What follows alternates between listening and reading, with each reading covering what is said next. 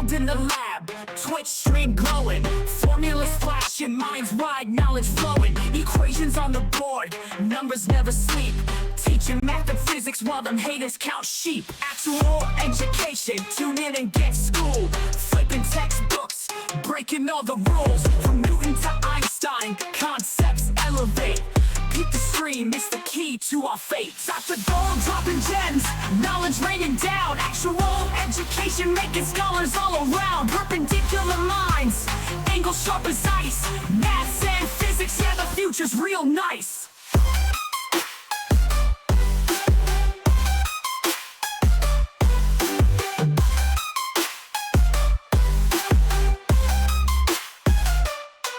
Got the Pythagorean triangles about to flex, quantum theories on deck, breaking all the specs, relativity theories, worlds getting small, grasp the universal laws, standing tall. From the atom to the cosmos, we rolling deep, grazing up the stars, no time to sleep. Black holes and supernovas, concepts we unfold, brain power heavy, yeah, that's Dr. Gold. Dr. Gold dropping gems, knowledge raining down, actual education making scholars all around. Perpendicular minds, angles sharp as ice, maths and physics, yeah, the future's real nice.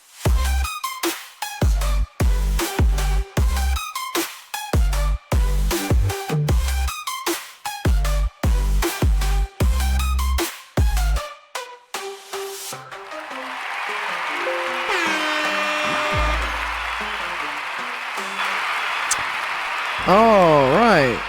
What's up, everybody? The song gives me heavy Netflix vibes. Is that that's the TV show you watch or something, right?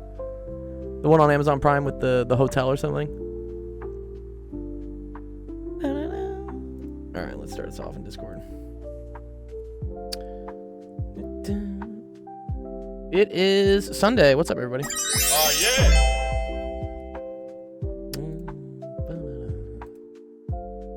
All right, there we go.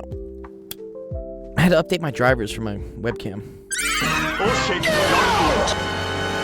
Always breaks everything. Oh, Netflix is an artist. Oh, Has Been Hotel. Yeah, what is this? Yeah, what is, sorry, what is it? Netflix is an artist? Like a musical artist? Oh, this guy. Oh, he's just like a singer guy. Bryce Savage. Oh, he's from OC. He's down the street from me.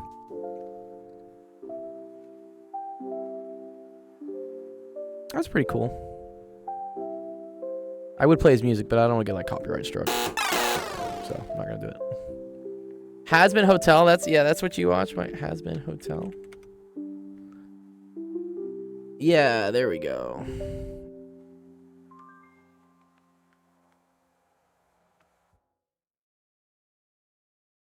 I like the animation style for it. It reminds me a lot of Super Jail. This whole thing. Which Super Jail is super old. I don't think you guys know what Super Jail is. But yeah, it's a cool animation style.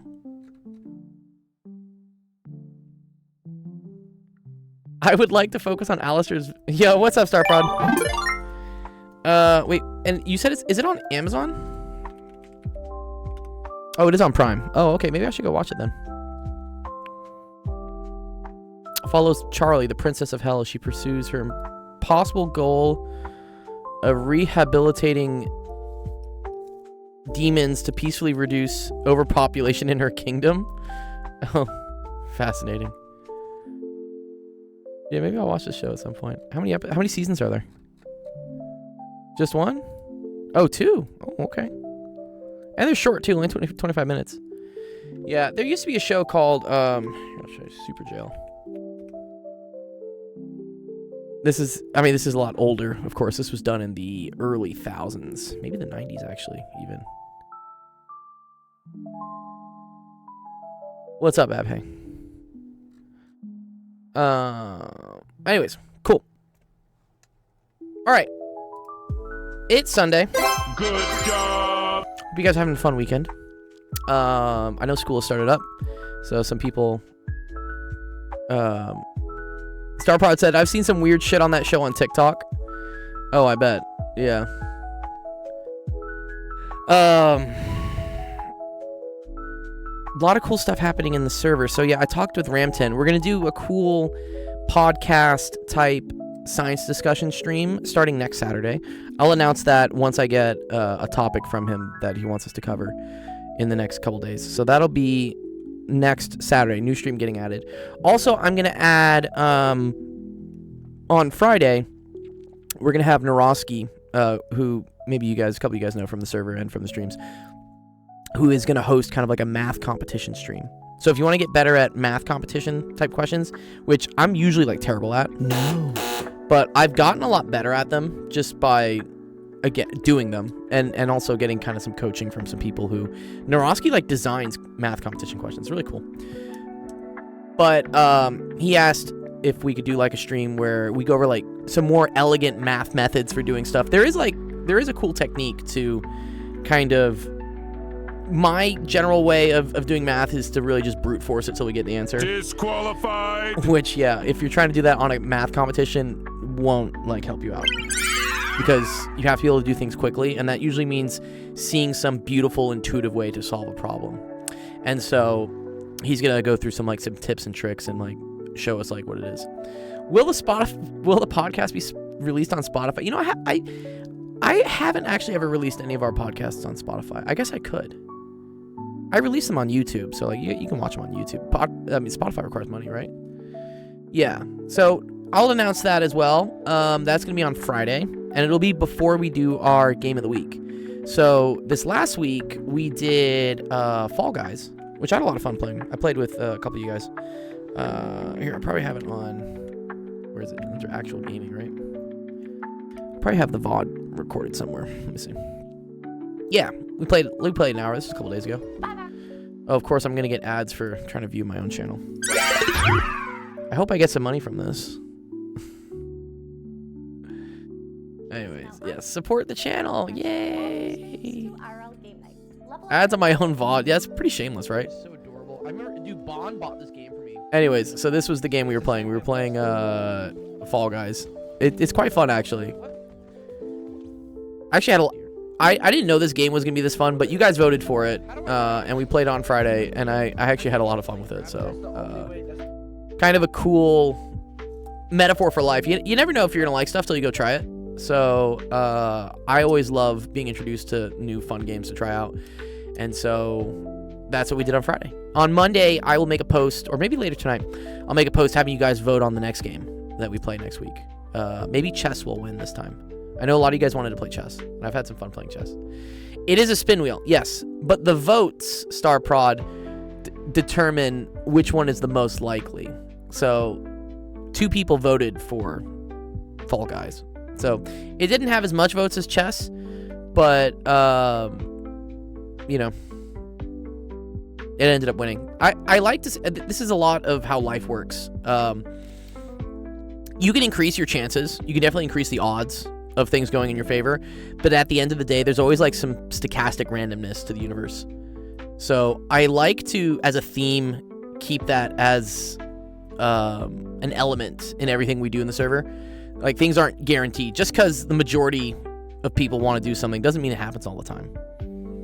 If I made it so it was the top vote, I don't know, maybe it would be chess every weekend then or something. So I like the randomness, but because that's how life works. You will just like seemingly randomly have good and bad things happen to you in life, but that's okay. The important thing is to recognize that by doing the right things, you know, practicing or putting in the work, you can really increase the odds of things going the way you want them to. But it doesn't happen all the time, you know. Bad things do happen. But I like to like at least show people that, you know, don't be discouraged, but also like keep putting in the effort, because you increase your chances. Do you think Congress should work that way? I mean, Congress isn't doing shit right now. You want to get me on a political rant before we start doing math or science? I'm disappointed that like Congress doesn't do anything. Trump just does whatever he wants. Like, you can like agree or disagree what Trump does is like correct or bad or wrong, but at the end of the day, like none of this gets like even a vote from Congress, which I get a little annoyed with. Like, I keep seeing this stuff on my feed that we're actually going to invade Greenland, which I'm like, okay, I haven't like done enough research to debate whether that's a good idea or not. But then like the EU is like saying, well, we're going to defend it. And I'm like, wait, are we going to war with Europe?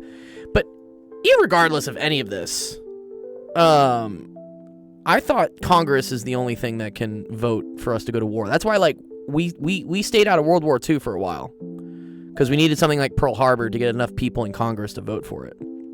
So I don't know. I feel like Congress should vote on things so that at least their name is attached to it if it's the wrong decision, right? You know, if we invade Greenland and it ends up being a really bad idea, you don't want just one person to blame. I would feel much better if at least whatever the majority is needed in Congress also were to blame because they thought it was a good idea. I don't care if like, again, if they're just gonna like lockstep vote with Trump, that's cool. Do whatever you want. But there should at least be like some accountability. I don't know.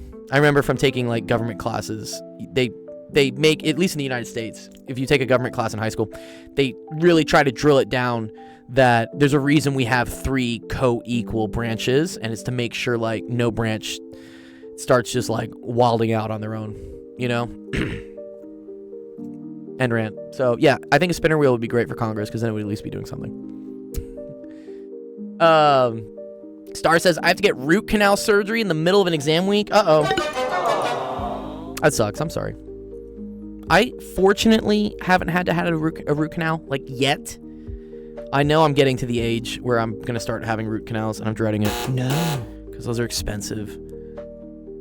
And yeah, they definitely, like, put a wrench in your day, because you can't feel your mouth, and usually you're, I don't know, sometimes they put you under, right? You get anesthetized and whatever the fuck.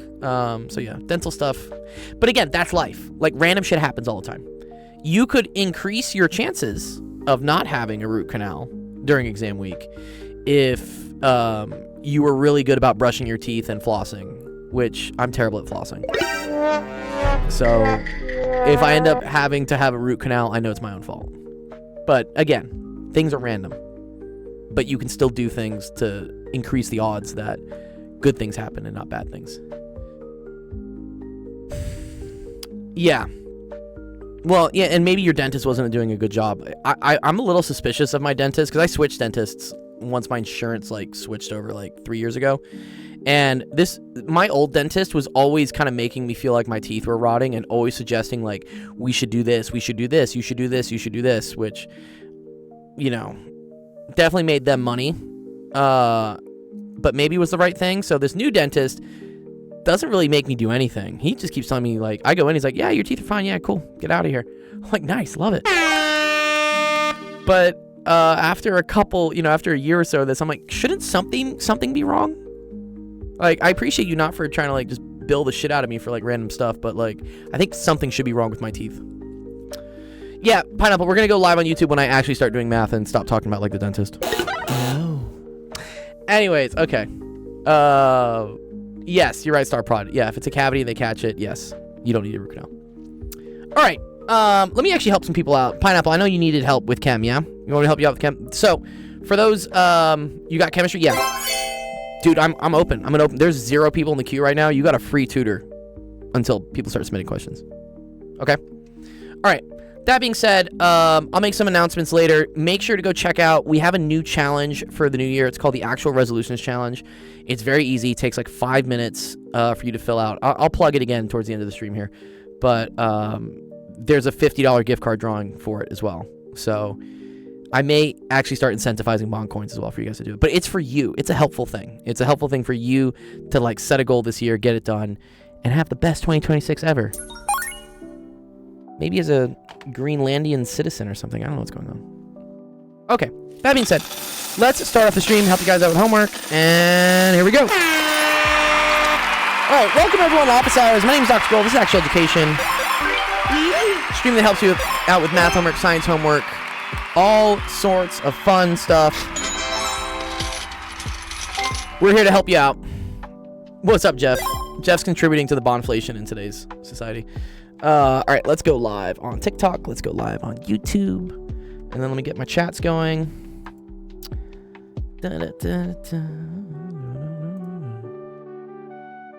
What? You can't find my... I'm definitely... You're hoarding bond coins. I'll keep giving them to you, dude. I mean, like, they're legit. Like, you did earn them. You can do whatever you want with them. If you want. We should be streaming. What the fuck? Okay, Pineapple, because I don't see anything in the queue. If you want me to help you out with Chem, just the easiest way so that I know to help you and, like, if there's a queue of things going up, there's a website called actualofficehours.com right here. One day I will overthrow the channel. Yeah, maybe I'll make it so if you send enough bond coins, you can replace me. Try to go there and to submit a screenshot. So here under the actualofficehours.com, just put your username in, drop an image in, hit upload. Just something. Oh, I see it. Nice. Lucky Cat and Gladiator got in there literally 6 seconds after you. And this is kind of fun. Look at it. Look at the timing on this. 5:15:07, 5:15:13. Wow, 6 seconds. Okay. I do not know why our... Yeah, we are connected, dude. Yeah, good. Yeah, there's my stream key. I want my YouTube chat to work. It's critical for me. Here, let me delete this one.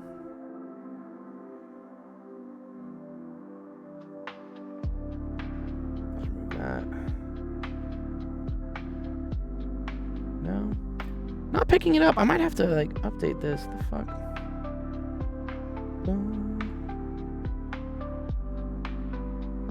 Alright, let me create a new live source. YouTube video ID.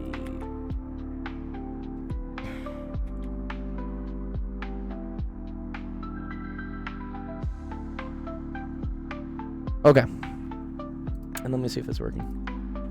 Test. Good. There we go. All right, cool. 6 months after the guy was at 7 seconds. Surprise, motherfucker. Oh, no, dude. Yeah, it starts again. Okay, here. Let's do this. How solid-state batteries differ from lithium-ion batteries in terms of operation, chemical compounds used, and reactions. Oh, crazy. I actually have no clue about this, but I'm going to learn it with you. I thought you had, like, equations that you had to solve and stuff. Like battery equations. But, okay, we can try it out. We can learn some stuff today. Solid-state batteries differ from lithium-ion batteries. Is solid-state batteries like nickel, like NiMH, like NiCad, nickel metal hydride? It's the same? Wait, I would think like lithium-ion, like Lion, is the same as well. Okay, well, whatever. Let's use ChatGPT and learn. I can do electrochemistry questions. I can definitely do that. But let's learn. I'll learn something with you as well. Okay, lithium ion use a gel or electrolyte that allows lithium to move between electrodes. Cool. Right?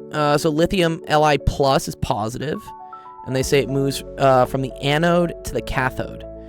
Now the anode is usually negative. Why would ions move from a negative side to a positive side?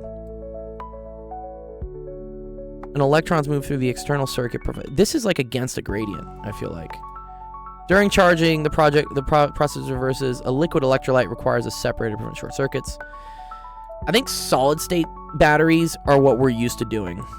This is the classic, you know, you have two electrodes and you have it like in a solution and then there's a salt bridge. So solid state batteries replace the liquid electrolyte with a solid electrolyte. Lithium ions move through a solid crystal instead of a liquid. Okay. No liquid means less risk of leakage, fire, and thermal runaway. Nice. Okay. Compounds used. Okay. So yeah, the cathode is the positive side, right? Because that's where the lithium is. Okay. And that's where the lithium plus comes from. I think the lithium plus moves towards the anode. Because especially if, you know, if we were to think of... Ugh, where's my pen? Why are you stuck? There we go. We just get like a classic, like, battery diagram or something, whatever. But like from electrochemistry.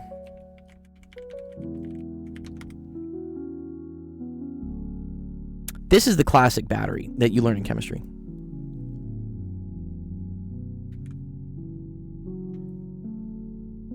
Where, yeah, usually you have a cathode, which has some sort of metal or something, and that will end up giving off positive things, right? Yeah. Well, this is positive, right. Wait, why are they saying Ag plus? Ag plus. Wait, this is the other thing. Okay, sorry. Anox, anode oxidizes. Cathode reduces. And what that usually means is if an anode oxidizes, it loses electrons. Cathode reduces, which means it gains electrons. Notifications alert: your YouTube account will be suspended for violating YouTube policies. End the live immediately. That's a pretty fun bot. Who's this? Let me see. Should I add you as a moderator, dude?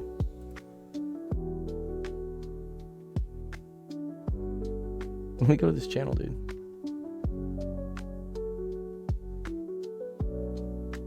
Yeah, not legit, dude.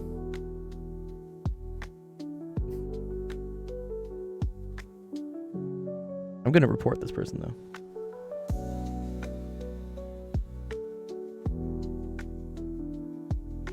Anyways, and then a cathode reduces, which means it gains electrons. This is in general. So here, Pineapple, my question for you is this a high school class? Like, what are you doing? I don't think I've seen questions about lithium-ion batteries in a high school chemistry class. It is a high school. Oh, okay, interesting. It's definitely not on AP chemistry. I don't know. Oh, it's Ontario. Oh, it's Canada. It's Canada Chem. Funny chemistry. Do you understand how? No, he's trolling, Alistair. Yeah, no. The account was made in 2015. I don't know how he found my account though.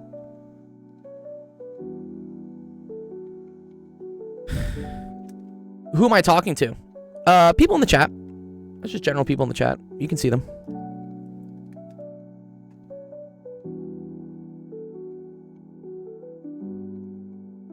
Oh, on Twitch? Yeah. Well, on Twitch or on we have on Discord. We also stream on TikTok. I haven't seen anything from TikTok actually. Ooh, wait, yeah, what's happening with TikTok?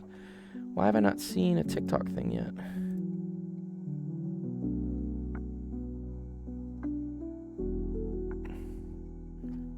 There we go. That should connect now. Okay. Nice. Yeah. Okay, so this is the classic idea of what a battery is.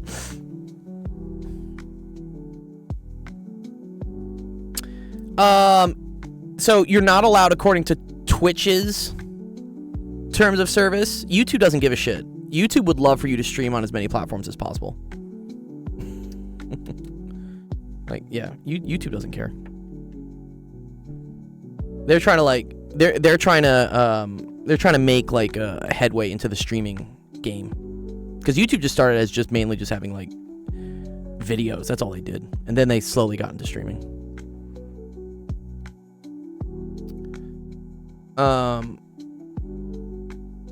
Okay.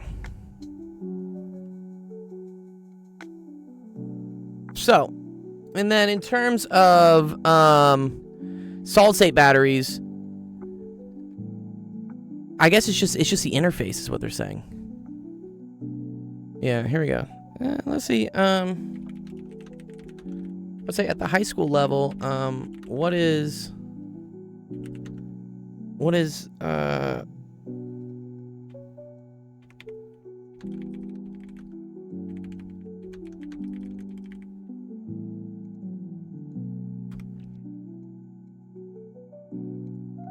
help on graphing rational functions.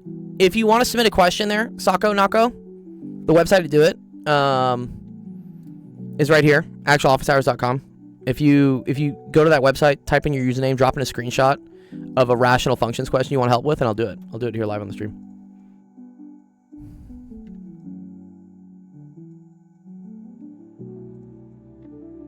Oh, I see. High school electrochemistry is more galvanic cells, which uses oxidation at the anode, right, and reduction at the cathode. And then they say that, yes, good lithium-ion and solid-state batteries follow the exact same model. Okay. So,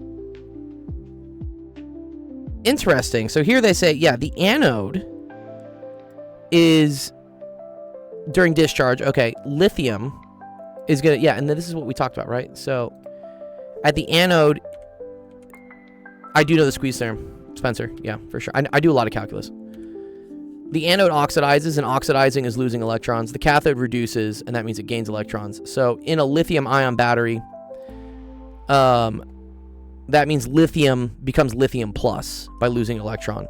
And then on the cathode side, lithium ions gain electrons and are incorporated into the cathode material. Okay, cool. So lithium-ion Li plus, I guess, like, reacts with this electron to then form solid lithium. The difference between battery types is not the redox data, but where and how the ions come from. There's a website right there, actualofficehours.com. If you go to that website, you can see it.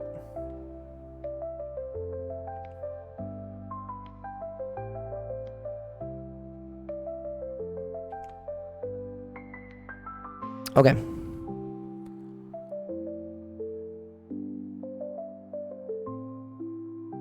I need to self-study calculus this spring. What resources do you recommend for doing this? Ooh, good question. Calc 3 is intense because that's multivariable. So you're dealing with like Green's theorem, Stokes' theorem. I really like Paul's math notes, Univator. Yeah, and he has a great website. And actually, this is actually a good time for me to kind of like plug. The same website, actualofficehours.com, that I talked about, where you guys can submit your screenshots. This one right here. Also has a link to join our Discord. And so if you go to our Discord, this is our Discord. We have a channel here called Useful Tools. I did this because someone suggested it at the end of the year. At the end of the year, we had a survey for the whole stream and the whole Discord, and people said, hey, could we have a channel just dedicated to tools? So I did do that. So here under like Useful Tools, we have a bunch of websites that I think are really good and other students have suggested to me for, you know, doing math, science, or whatever type stuff. For like study help and learning, Paul's math notes. I love Paul's math notes. What's up, JC? So there's a link here to click on it.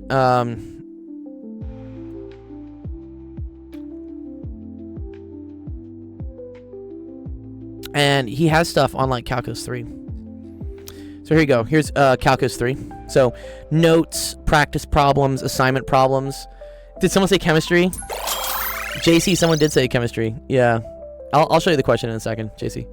But for you, Univator, I would definitely recommend like going through this. So here, if you click on here on notes, yeah, these are all the things you need to know in vector calc. Yeah.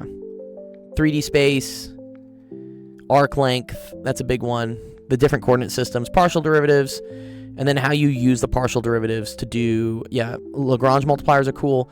And then so it's interesting, Calc 3 goes through some advanced multivariable, so instead of dealing with just the x and the y coordinates, you start dealing with like z and like t. We start doing derivatives with more than one variable, and then you start doing integrals with more than one variable. And when you start doing integrals with more than one variable, there's a lot of really cool like theorems that come about, such as like Green's theorem and Stokes' theorem.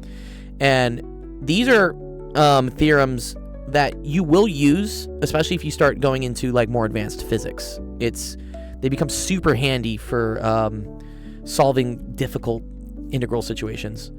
Stokes here, yeah. Oh, dude, look, Ryan Stokes. Yeah, we got have an actual Stokes in the chat, dude. What's up? So yeah, so Stokes theorem. Maybe it's his theorem. Ryan, is this your theorem, Stokes theorem? So yeah, Univator, that's what I would recommend. I would recommend to go check out Paul's. Well, join our Discord. And if you want to self-learn, there's a link there for that. You can also ask questions about Calc 3 when you're doing it to get some help. The divergence theorem, yeah, that's another great one. I like the fundamental theorem of calculus for more than one variable, which I think is basically Green's theorem, is what it is. There's a lot of cool ones. Yeah, Univator, you're more than welcome. Anyways, let's see. So yeah, for you, Pineapple. So just to wrap this up, I think the only difference, and here I'll show JC. JC, this is what the question. It was kind of an open-ended question. It wasn't like a specific one, but their teacher was asking how solid-state batteries differ from lithium-ion batteries in terms of the compounds used and the reactions. So I think the reactions are the same. Yeah, Electrochem, get that out of here. I like Electrochem. Electrochem's fine. But I think the reactions are the same, Pineapple. The only difference between solid-state and, like, lithium-ion, which, to me, I think they're kind of the same thing, is the medium. So lithium-ion has a liquid in between, whereas solid-state, the ions move through a solid. I think that's literally all the differences. If you have some like actual questions based on it, you can submit those. I can try to go through them. But yeah, here's the one sentence classroom summary. It's an interesting one. But I love all sorts of questions. Interesting, non-conventional, conventional. The reaction's the same. Yeah, it's the same oxidation reduction reaction. So here, I think it's just lithium plus an electron becomes lithium, and then lithium goes to lithium plus an electron. Just depends on the sides. We can ask chat. Let's just see. I'm curious. I think it's literally just gonna be lithium goes to like lithium plus. Oh, and then there's carbon, I guess, involved. Sure. Oh, and cobalt. Okay. So here you go.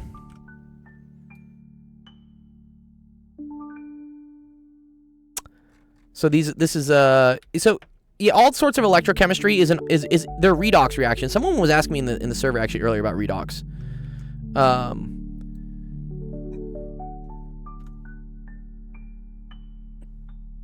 And then so yeah, for solid state, I think because you don't have any sort of like liquid, you're not gonna have any specific like reactions. Yeah, I think it's literally just this.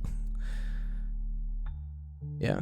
So for solid state, the equation is literally just like lithium goes to lithium plus. Like there's nothing else involved. You don't have any liquid in between, such as here, right? This is an example of a galvanic electrochemistry battery. Here you have like liquids, and so you have some. Again, this is called a salt bridge. You have some other intermediary material that's carrying the ions. Yeah, there you go. Ryan Stokes, yeah, he put it pretty well here in our chat from TikTok. He says, there's no reaction, thin layer storage, there's no volatile elements. Yeah. It's literally just electrons going back and forth between an anode and a cathode. Whereas for this one, right, for lithium ion, you have some intermediary. In this case, it's like, looks like, I don't know what, cobalt dioxide, is that what we call it? Yeah. You've learned this from chemistry? Yeah, I've done the electrochemistry part for sure. I don't think I've ever seen, and again, the 10 years that I've taught chemistry at the AP Chem level, I don't think I've ever seen questions about lithium ion specifically. Yeah. No. Well, I mean, it could be a bunch of different types of liquids, but it's generally, it's one specific liquid. Yeah. Yeah. Spencer says a lot of times the intermediate is only carbon. Okay. Or I guess, so carbon is graphite. So I guess that's not a liquid in that case, right?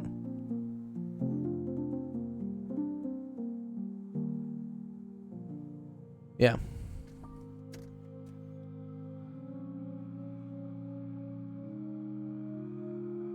I don't think, yeah. The teacher that taught you online got you this reaction. All right, let me see what the reaction is. Solid sodium ion. Sodium is volatile. Is used to conduct energy as a solid in the other types of not galvanic. Yeah. Okay. All right. Let's see.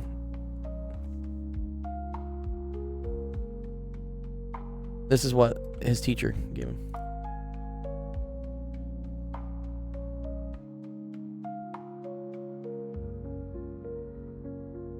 Peacing out, Ryan.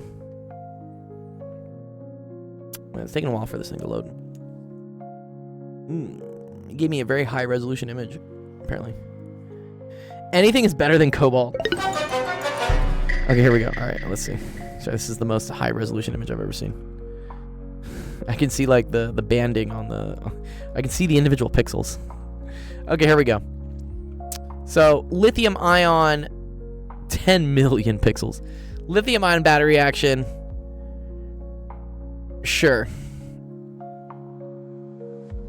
And so, yeah, this is the carbon that Spencer and Ryan were talking about. Lithium plus carbon goes into some other lithium and carbon. I guess there's another one here as well. Oh, interesting. Why are there two? This is actually kind of this is a weird reaction. The dirt on the screen. So yeah, I can't tell if that's my dirt or the dirt from the picture. Oh, an M can be cobalt. Okay, so you're saying that this here, right, could be cobalt. Or CO. Sorry, CO. Like that.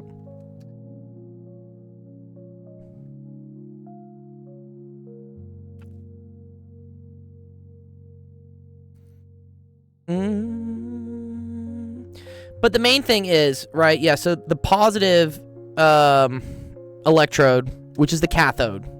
I'm trying to relate everything again to galvanic cells. Wait, isn't the wait, cathode is reduction. Reduction is gain in electrons. This to me looks like you're losing electrons though, no? Yeah, red cat. Yeah. So, but, if this is the anode, then, right? The top is the anode. Oh, okay.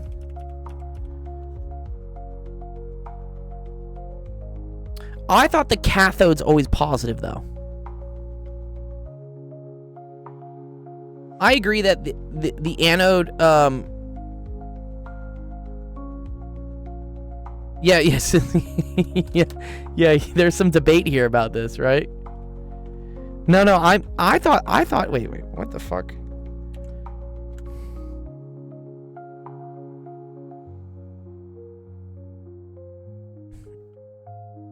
Yeah, the anode is negative. Okay.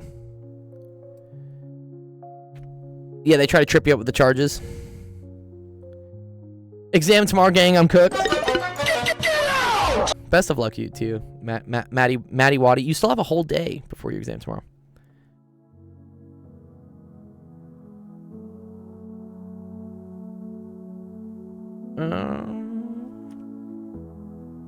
Yeah, let me ask like chat because I'm curious about this actually. I'll be like, oh, this is teacher gave me for an example reaction. Classical mechanics. So college level physics, or is it an upper division physics class? I'm gonna say I thought the cathode was positive, but should also be the site of reduction, which would be a gain of electrons. But oh, you know where? Okay, I know exactly where this is. Yes. Yeah. This is the issue here. Oh, this is so funny. You know where I was getting confused here, Pineapple? It's because of charging versus discharging, dude. Man, that's so mean of your teacher there. Okay, fuck. So whenever we speak about batteries in this sense, right, the galvanic sense, galvanic cell from chemistry in AP Chem, these are always discharging. These are always discharging batteries. So,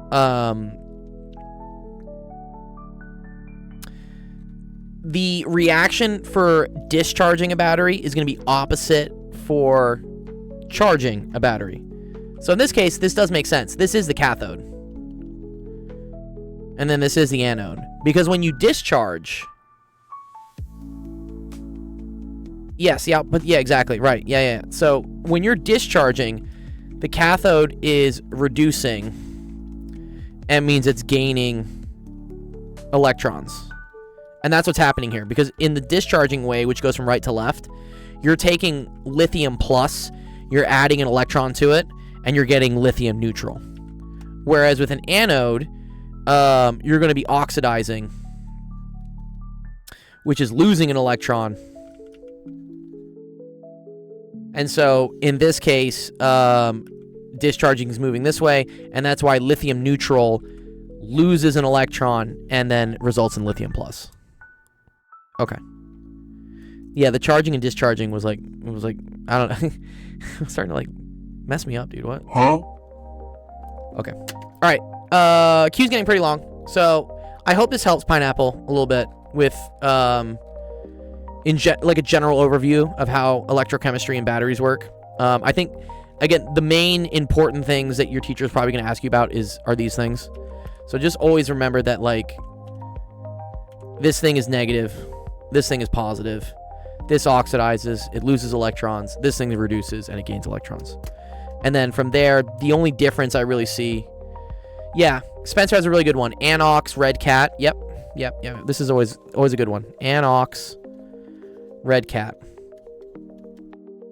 So anode oxidizes, cathode reduces.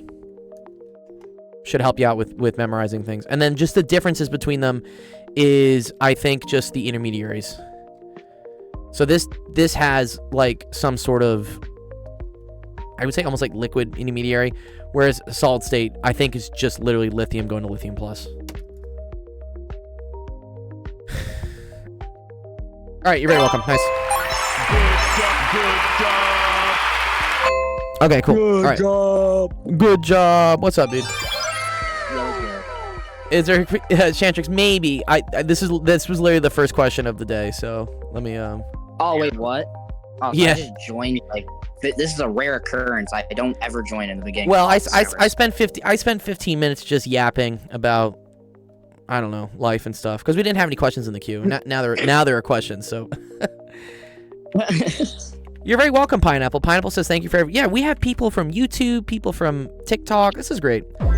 I love bringing the community together to have you guys all help each other, and I learned some shit along the way too. So I appreciate it, Spencer. Also, all you guys. Yeah. Anybody know Ostrogaski's method? I do not. All right. Where's Discord? All right, so I'm gonna put this question into. So I'll put I'll put a screenshot of everything we kind of went over into our Discord under the what is it, the question? There it is. Homework help. That's what I want to do. All right, and then we'll move on to the next one, which hopefully is a nice one.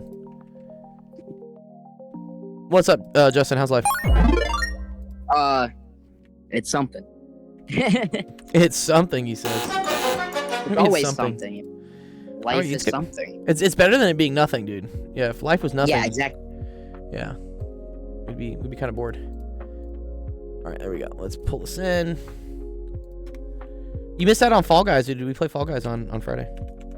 Yeah, I'm not really. I haven't played Fall Guys in like 4 years. I hadn't played Fall Guys. I hadn't played Fall Guys since fucking was it COVID, and it was really fun. It was popular. It was, yeah. They added a lot to it. Let's see what is. Oh, this is fun. A little domain range question. All right, let's see what we got.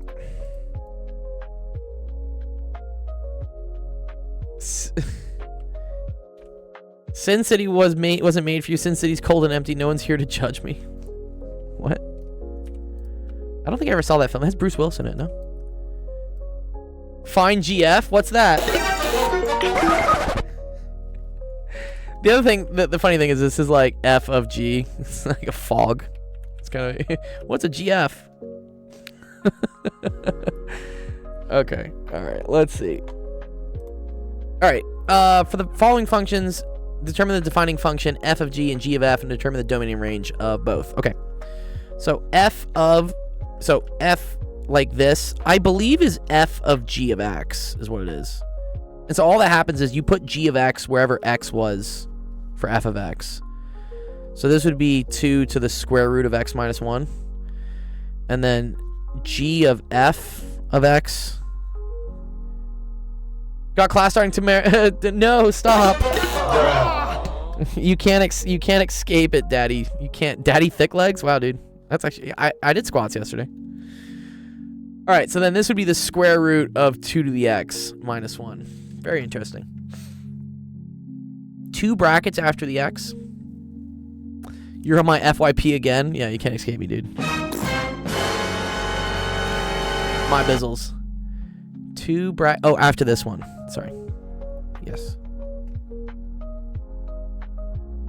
Okay, domain. So, I mean, I made a video about this, but anytime you're asking about domain and range, you're basically just trying to see what values, when I plug in for x, do I either take the square root of a negative number or, like, divide by 0 or, I don't know, do some weird shit you're not supposed to do in trig. Yeah, so domain is almost always all real values of x, unless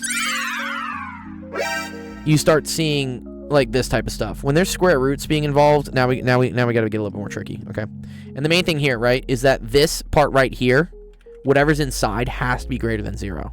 Okay, so I look at this and I say, okay, just set whatever's inside there and say that this has to be greater than or equal to 0, and then solve.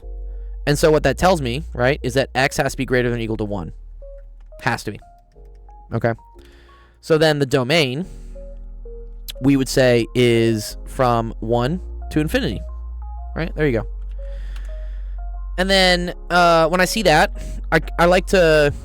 Yeah, dividing by a trig ratio. Exactly. Yeah. Or if you're doing, like, inverse trig stuff, right, where you're outside the bounds, that'll also trigger it as well. Hard bracket on the 1. Yes, you're right. Sorry, it can equal 1. Thank you, Jeff. Totally correct. Yep, I forgot about that. That little bit there, yeah. So because it can equal 1, we put a bracket. Nothing can equal infinity. No. So you always put a parentheses. The range is the y values. Correct. Yeah, so this is a domain. So let's look at the range. Let's just see what could happen. So I always, this is 2 to the something, right? So if I have 2 to the something, what's possible from that? Well, I know if this, for instance, were like a negative number, let's say this was like 2 to like the negative 50 or something, that would basically be 0, because that becomes 1 over 2 to the 50. However, no, you can't have a negative number in the top here, because we're taking 2 to the square root of something. So I really like looking at this almost from a coding standpoint, like thinking, what's going to come out of this, and then how is that going to affect the next thing? Like, these are all, I mean, literally they're functions, right? Like, I have the function square root of something, and I know that square root of something will always get me something from 0 to infinity. It has to be positive. So, and then 2 to the something, right, will never give me a negative number, because 2 raised to any exponent has to be also positive. So right away, I'm like, okay, well, this has to be probably at least 0, or right? It can't be negative.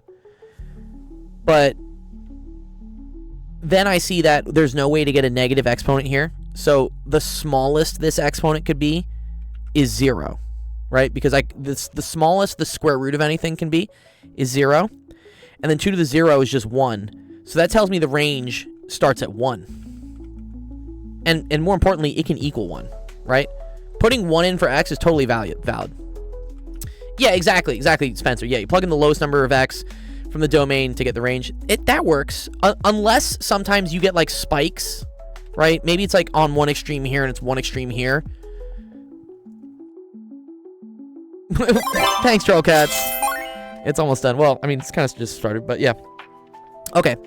So then to infinity, right? Spencer's right here. If I want to do 2 to the infinity, well, 2 to the infinity is just infinity, right? It's just 2 times itself, like an infinite amount of times. So in this case, the range is 1 to infinity. Okay. Let's look at this one. So again, domain, the big scary monster here is the square root. So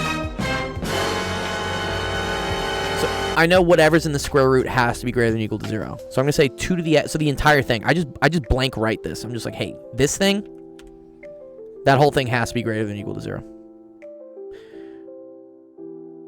It didn't specify the notation. No. So I'm going to say that 2 to the x has to be greater than or equal to 1.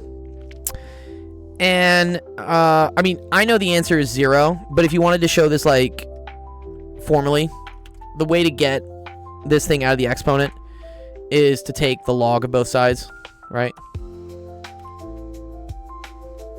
And so this would become x ln of 2 is greater than or equal to, and then the ln of 1 is 0.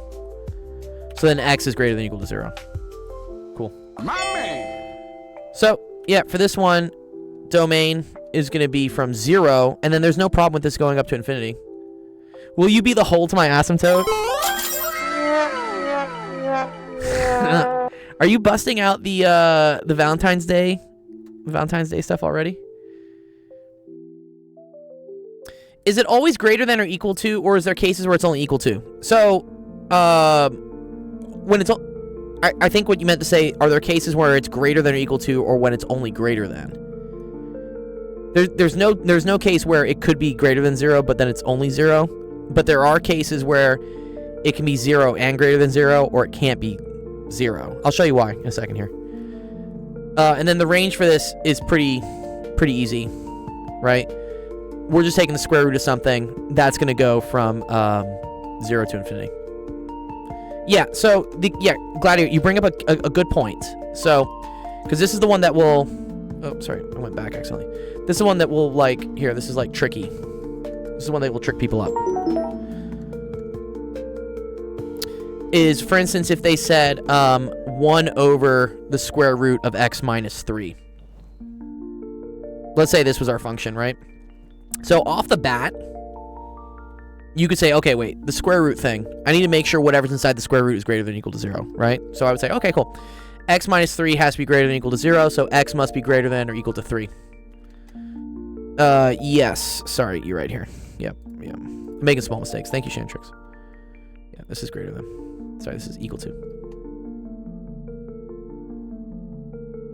Yeah, exactly. Spencer says, when you're composing functions, think about the function that you're putting into the other function because you're getting rid of the other one. So in the first case, think about the restrictions of g of x and f of x for both of them. The square bracket means it can equal it. The half bracket means it can't. So, and this is the example here. So in this case, yes, anything greater than or equal to 3 ensures that I don't take the square root of a negative number. But, however, if this is equal to 0, I'm in trouble. No. Because you can't do 1 over 0. So this is a case of where x has to be not only greater than or equal to 3, it has to be just greater than 3. So this one doesn't work, and so we say, yeah, right, but no dividing by 0. So you would just say x is greater than 3. And then the way to write that in whatever interval notation is this, 3 comma infinity. This is greater than 3. This is greater than or equal to 3. But this is wrong. Wrong. Cool. What if you had 1 over the square root of x minus 6 times the square root of x minus 7? Are you putting another fucking 6-7 joke in there? Obviously, don't go and do that. Now you do whatever you like. We can't condone anything of the sort. No, we can't live. Live. We left that in 2025. Yeah. Okay. All right. Does this make sense, Leo? Gladiator. I think we did a good job for this one, right? Yeah. This was like a little side example. Yes. Okay. Cool. Nice. Great. Good question.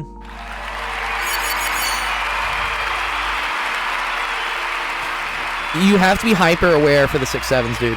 The 6-7s come up all the time. They're there all the time. Although Jeff is doing God's work. The more we push 6-7, into the cringe land, the less it will appear, you know? We millennials and Gen Xers have a duty to kill 6-7. All right. Let me see. You had another one. Okay, this one's physics. Here, Gladiator, if you can I do Starprod, Spencer's, and Shantrix's real quick, and then I'll come back and do this one? Just to make sure I get one from everyone. This is a great question, though. I like this. Okay, cool. Thanks. All right. Starprod. What do you got for us? Ooh. More optics, my favorite. Oh, brother. I fucking hate optics. Because I always get it wrong. Okay. Alright, here we go.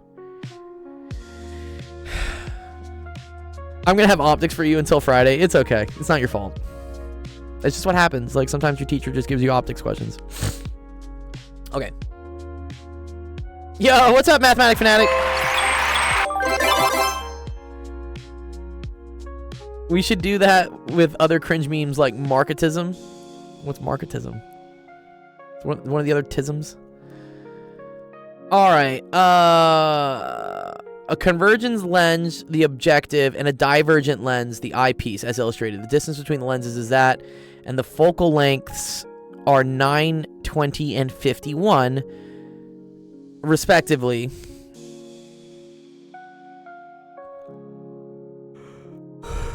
Okay. So I guess this is the second thing then, no? Because if the focal length is 920 and the distance is 9... Well, actually, the distance is 970, right? This is 970. This could be the 920, right? Because it's 920 away. And then I think this is the 50, right? Because otherwise they would be right on top of each other. If this was 920 and this was 50. Thank you, man. I hope... yeah.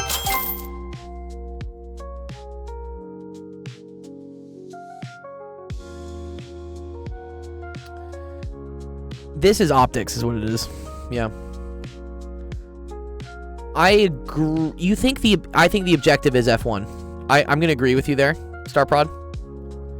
And I think this is F2.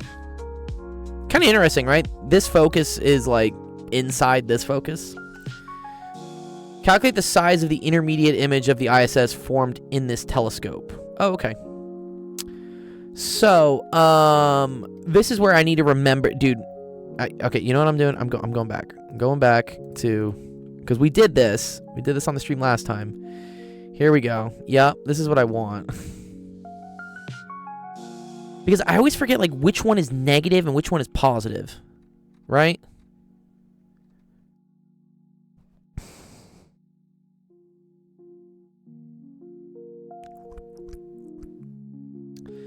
And I think I still have this messed up.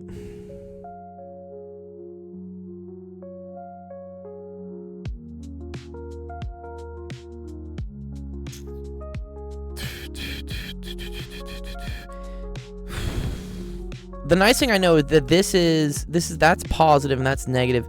Let me see. Object on left, eye on right, Cartesian sign convention. Uh-huh. I'm gonna go with this. I feel like I like this. I like this. It seems real to me. Also, it kind of goes with my idea of if you're measuring in the same direction as the light, then it's positive. Yes, divergent is negative for sure. Yeah, so this is positive. Oh, lost it.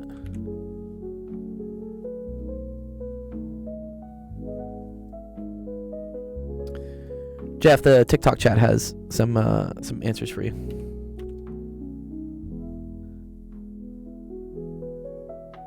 Mirrors? No, these are lenses.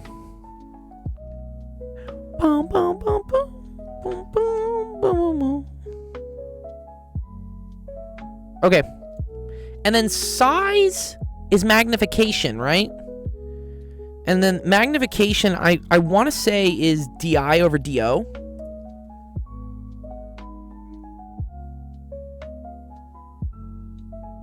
I think it is.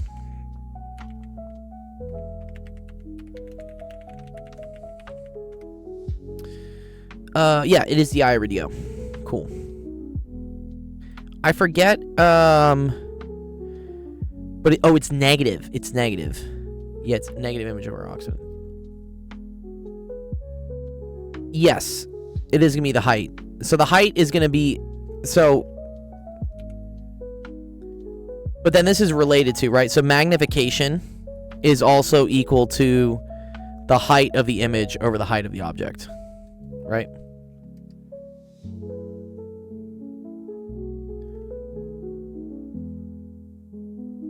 Yes. Agree. Good. Okay, fine. Love it.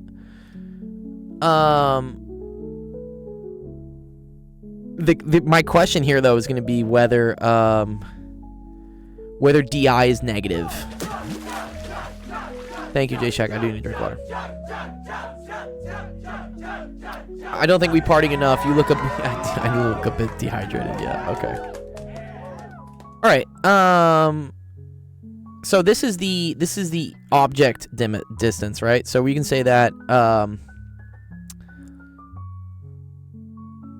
and then this is the formula I think we're gonna use. We're gonna say 1 over di, and I'm gonna say plus 1 over do is equal to 1 over f,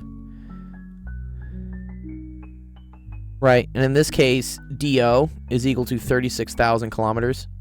Yep. I agree. And then we're going to figure out di. But then I know that f is going to be equal to 920 times 10 to the minus 3. Right? Okay. That seems pretty reasonable. So let's get some numbers in.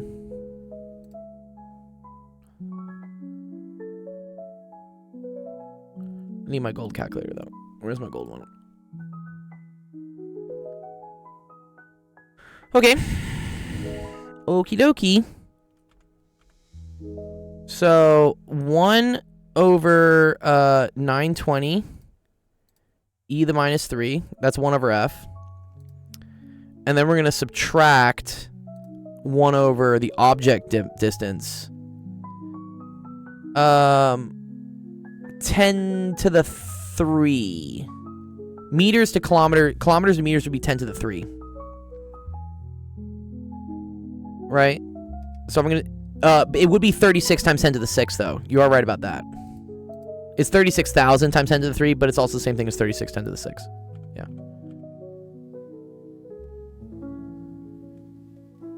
Okay.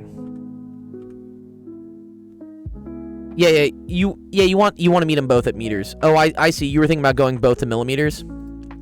Let's keep it at meters. Okay, so that gives me a number, and then I'm going to do 1 divided by that number to get the... So I'm 920 millimeters. Cool. Oh wow, that's exactly interesting. That's at the focus. Did we do that right? Oh, it's just such a small number. Oh, that's funny. This okay. You want to know why, Star Prod? Because this object distance is pretty much infinity. Exactly, right? Yeah. So the focus is literally where the image is going to be created. I don't think we even... those other digits aren't even, like, significant. Okay? So, in that case, we can say, okay, cool. DI is equal to 920 times 10 to the minus 3.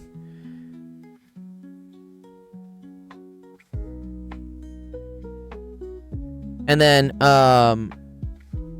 distance of the object is equal to 36 times 10 to the 6. So it's going to be really, really tiny then, won't it? That's f infinity on a camera. Yeah, I think it is. I think that's infinite focal length, yeah. So, magnification is... Dude, this is basically 0. Okay.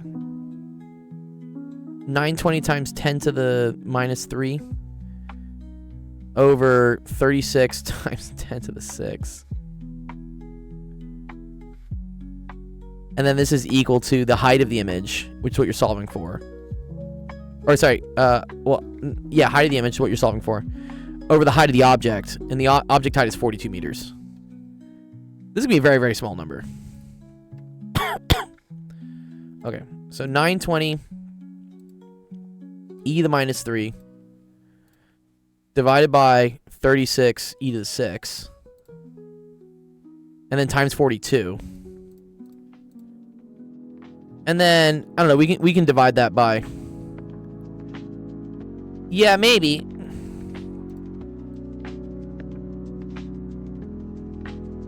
Because then what we get from there is, that's going to be 1.07 micrometers.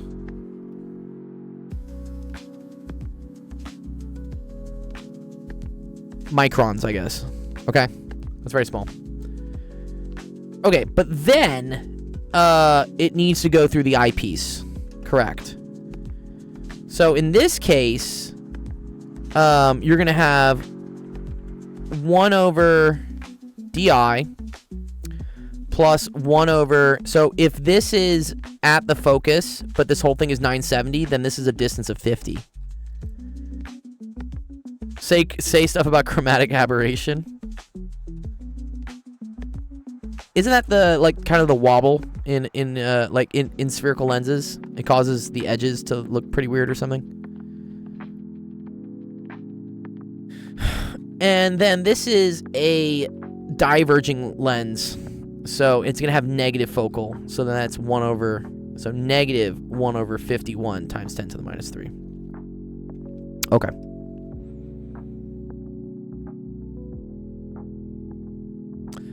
So...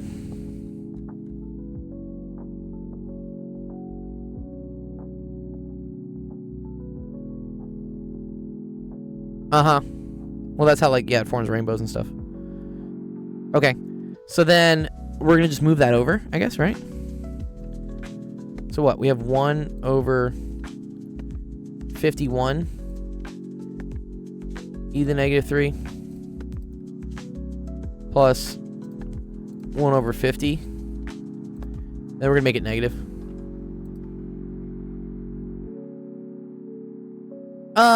In physics, no. Generally not. No, physics doesn't really give a shit about sig figs. It's just... Sig figs is a simplified form of error analysis. Yeah. That's what I would say. Like... It's like... It's the lazy ways... It's the lazy man's way of doing error analysis. And that's why teachers do it. Because it's just easier to understand. Yes, there you go. Thank you, JC. Sig figs is a social construct. It's like a conspiracy. It's a cheap hack that we teach students just so that they don't write like 14,000 fucking digits after their answer. Yeah, well, I mean, there's a reason for it. So for me, like, my mental head game is just always put like 3 decimal places, and you're probably okay. All right, so in this case, di is equal to 0.025 meters. Okay. And that was negative. Which is interesting though, because that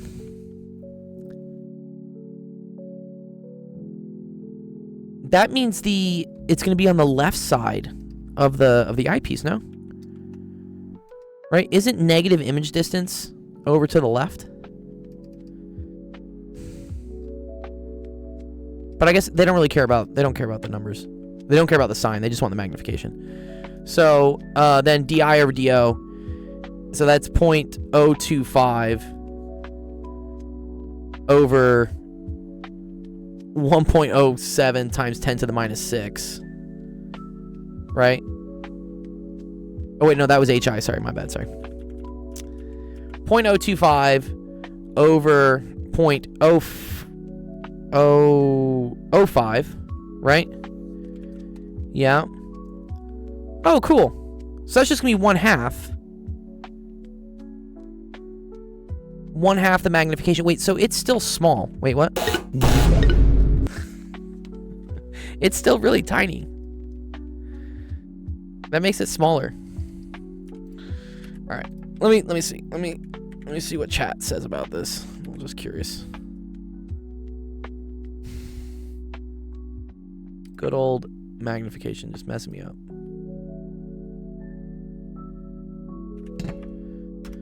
Let's see. It could be a poorly designed question too, honestly.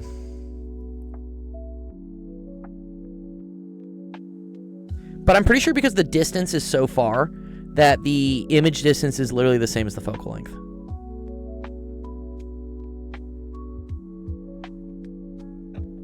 Thanks, Leet Cyber Mage. Oh, Windows V has a clipboard history? Oi there, bruv. Top of the morning to you. I just want to see what chat does. Oh, you need... Okay. If you submit a screenshot, 30 on 30, we can help you out. The website for that is actualofficehours.com. So, there's not too many people in the queue, too, if you want to submit it. Just type in a username, drop a screenshot of a homework question you have. Dude, why is chat choking on this, dude? This is not that hard. My friend was doing an assignment in class, and he said, let me ask my best friend, and he opened ChatGPT. I mean, low-key, chat is the friend these days when it's kind of hard, I guess, to make friends. I don't know. Everyone's, like, kind of in a weird place socially. I think COVID really messed us up a lot. I'm a pretty social person. I can make friends with whoever. But I've noticed more and more that interactions with people are more difficult. In real life. Like, people don't know what to do. They kind of bug out. Just like fucking ChatGPT's bugging out right now. Dude, come on, dude.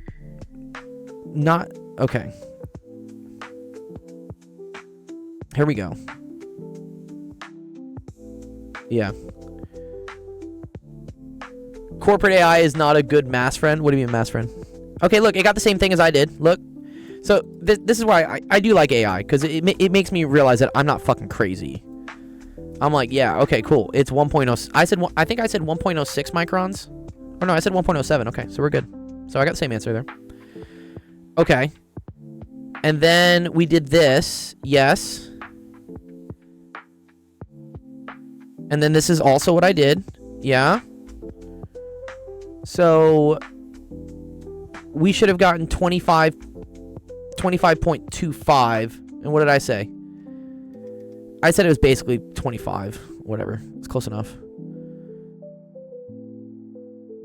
Oh, so it is still small. Yeah, it's still very small. A physician? I'm a physicist. Yeah, physician is different. Thank you, Shantrix, for it. Okay, so it is a half. It is a half. No, I was right. Okay, so I'm not crazy. So, yeah, the final image height is then this incredibly small number, right? 0.542 microns. Which I think is all they asked about, right? ChatGPT goes one bit further to talk about the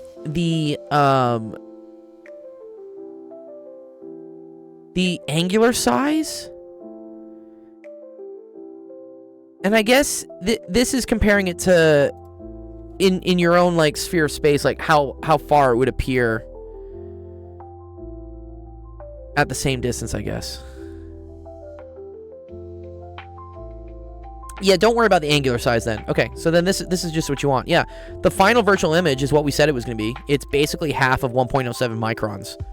So it's 0.542 microns, and it's located basically 25 millimeters in front of the eyepiece. Yeah, and it's virtual. And that was right. These are all things that, again, I didn't think I was correct. I thought this was like kind of weird, but it turns out I'm okay. So whatever, you can do this. 0.0252. And we'll say whatever, it's about a half. And because you have negative image distance, right? That means that the image is over here. It's a virtual image here. Yeah, okay. So this is like the final image. Okay. ChatGPT is a good friend because it reassured me I'm not crazy. I was looking at this, I'm like, yo, am I okay? So final HI is equal to basically 0.53 micrometers, about 0.535, I would say. and then it's located 0.0252 meters to the left of the eyepiece. Where do you send homework? There's a website. There you go. Thank you, Jeff. Thank you for telling. Yeah, appreciate you guys.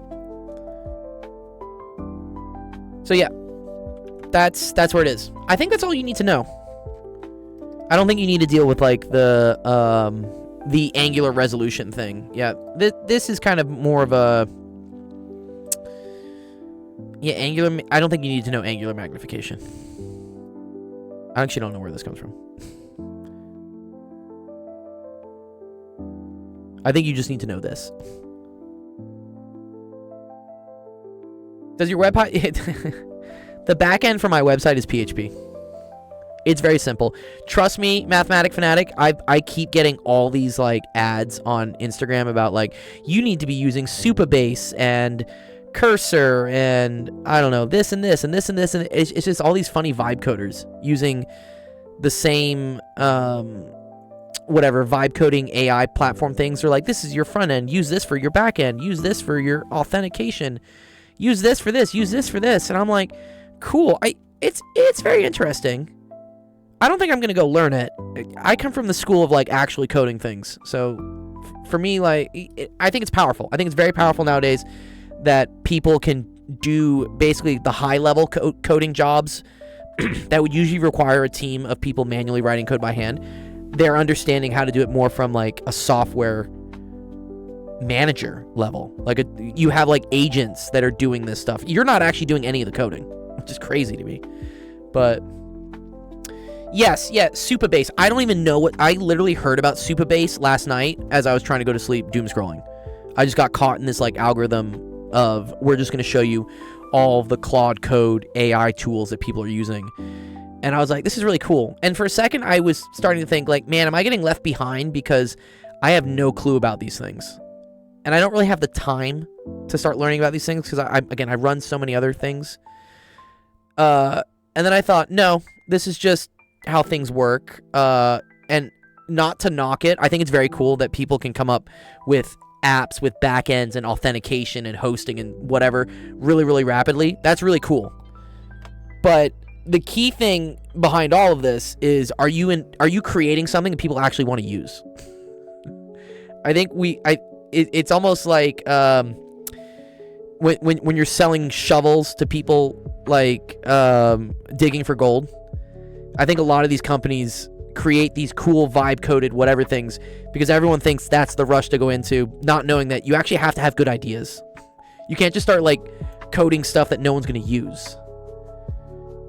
Thank you, Ryan. Ryan says AI code is horrendously insecure and potentially copyrighted as well. Exactly. Yeah. So, yeah, I had to like have this self-reflection moment of, I'm not knocking it. It's very cool. But also, I don't feel bad for myself for not getting involved with it right away. I don't feel like I'm being left behind because at the end of the day, I think you still have to have great ideas. Executing this stuff used to be, this used to be somebody's job. It used to be a team. I remember in the day, if you wanted an app, you'd have to send someone in the Ukraine like $20,000. And then they would hire a team of other people to write all this code. And then it probably was secure because the Ukrainians are like the best fucking hackers in the world. But, yeah, it's cool. So yes, I have heard about Supabase and these things. I don't think I'm going to get involved with them just yet. Just because I think I do like more big picture stuff these days. Anyways, I hope this was helpful, Starprod. Holy shit, my ears. Yeah, that I do need to turn that one down. That's Chewbacca. Chewbacca's way too loud. You're very welcome. Okay, cool, great.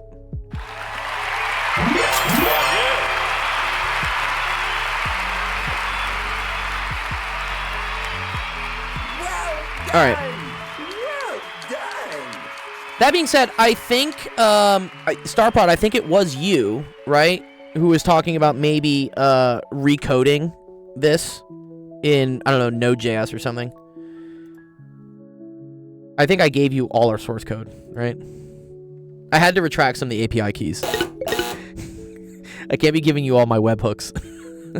But totally cool. Totally cool. Yeah, if you just want to like look at it as like a project, I think it would be cool to adapt this in a more AI modern style, but I just wrote this all in PHP. It just works.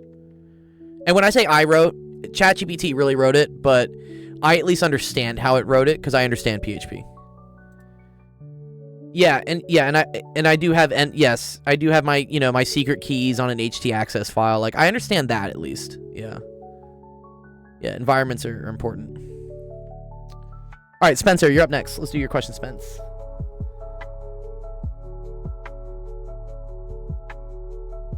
And then Shantrix, and then I'll do some of the duplicates or the other people that have already asked questions before.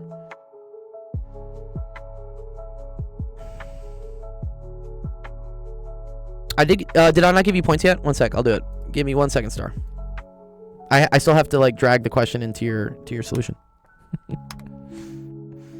Yes, you get points once I drag the solution in. But good reminding me. I do forget sometimes. It's Starstruck, right? Is that your name, Starstruck? Did I get that right? Starstruck? Starstruck. Oh, this star. Okay, never mind. Wrong Starstruck. Why did Star not come up? Is your name in like... No, it is. No, it is there. Okay, whatever. There you go. Good. Okay. All right. Let's see what the next question was. Again, if you're just watching us today, what's the best tip I have for logarithms? I think I have a video, Mo, on logarithms. 1 sec, Spencer. 1 sec. Let me show this person on. I think it's on TikTok. Yeah, I have him on TikTok. Right. All right. If we go to our TikTok page, here we go. How to use log rules for tricky expressions. So if you want to know how to deal with logarithms, go watch this video. Logs are the inverse of exponents. They are, Ryan. Yeah. So go check this out. It's how to use the log rules for things. All right, Spencer's with some limits. I love limits, by the way. Cool. Let's do these. These are fun. Where's Zach? Zach is my limits man. He's also my like sequences and series person. Coyotes, let's go. I don't know what school the Coyotes are at. It's using the squeeze theorem. Okay, totally cool.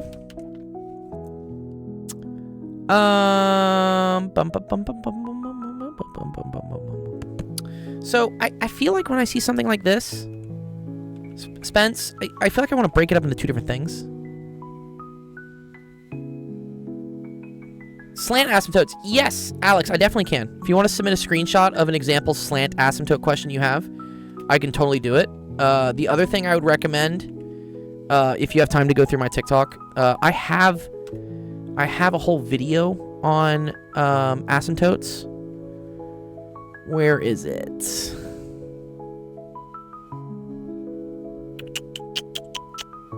No, intermediate value theorem. Where did I do it? Where did I do the asymptotes?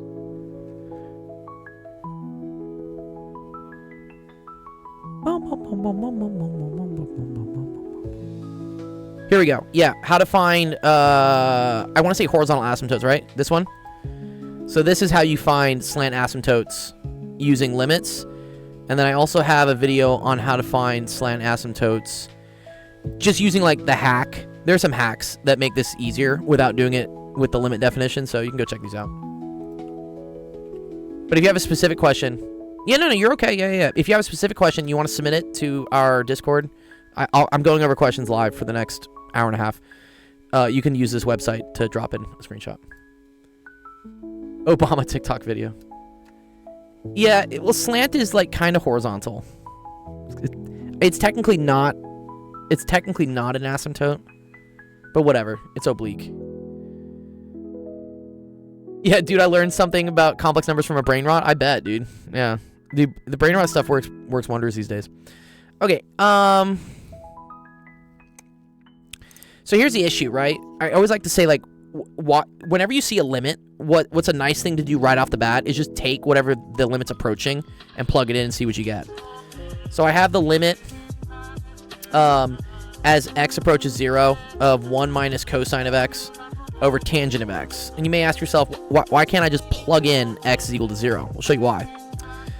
This gets you 1 minus cosine of 0 over the tangent of 0. Cosine of 0 is 1. Tangent of 0 is 0. And so what you end up getting is 0 over 0. Oh shit, not good. So this is bad. You can't do this, right? So when that happens, we got to be a little bit more clever with some sort of like algebra tricks to figure it out. Spencer has given us a hint by saying that this is already a squeeze theorem question. And what the squeeze theorem says is that if you can prove that this expression is always greater than something and it's always less than something, and then the things that bind it on either side go to a single value, then this will also go to that value. Exponential log equations. I don't know what the different named methods are. If you want to submit an example only, I can take a look at what you're talking about. Example questions are the best way for me to learn. So, whenever I see cosines and tangents, I think I want to write everything in terms of sine and cosine. I think that's what I want to do, right?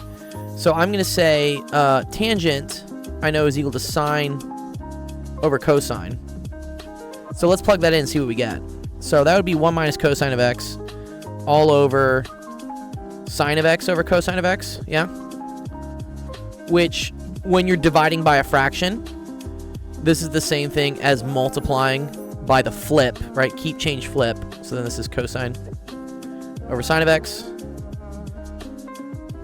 And then let's see what we get here. So then I get 1, so I get cosine of x minus cosine squared of x all over sine of x.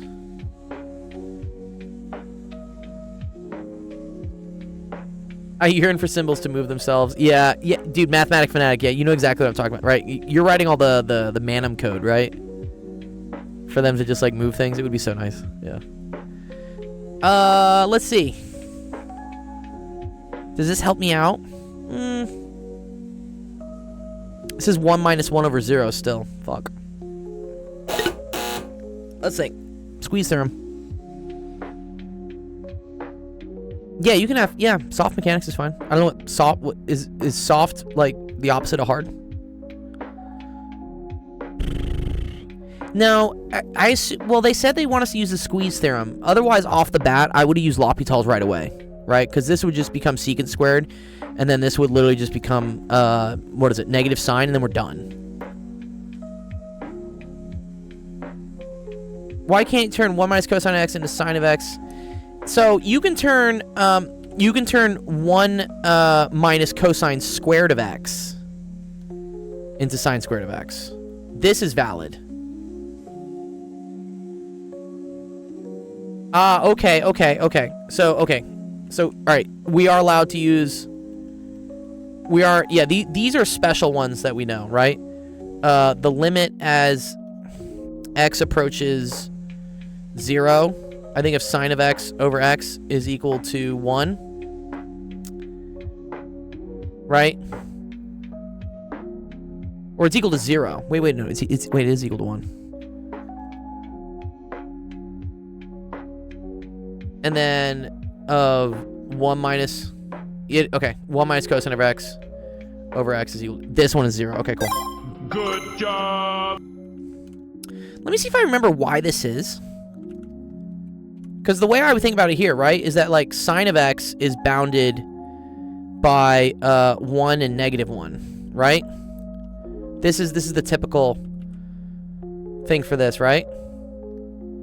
And then I think I just divide both sides by x. Oh, this is the infinity argument. Yeah. And then, all right. And this is the limit as x approaches infinity. And then this is 0 is less than or equal to sine of x over x, and then this is less than or equal to 0. Okay. Yeah, that one doesn't. These are the limits at infinity. Fanatic says, I see both of those limits with their Taylor series. Okay. So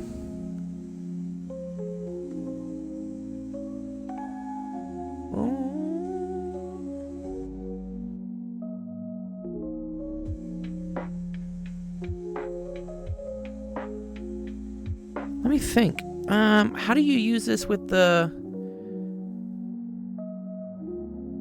mathematician says, "Hey dude, I'm developing insomnia in my body because of stressing about a scam." Or I hope about an exam, not a scam. Scams are not good. I would say don't be stressed about scams. If it's someone says that they claim they have pictures of you like masturbating, that's false. They're just trying to get money out of you. It's not real. Okay, I want to figure this one out though.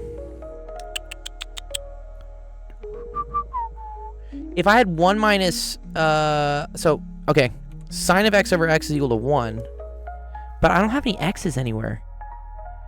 I mean, can I make the small angle approximation? This is like the physics bastardy trick, where sine of x goes to x as x is much less than 1. Because then that would help me out.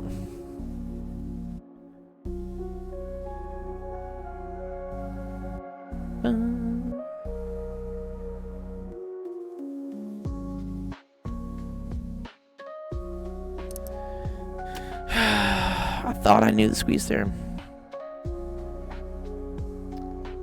A 5,000 foot, yeah. So this here, let me just get like an image of it real quick.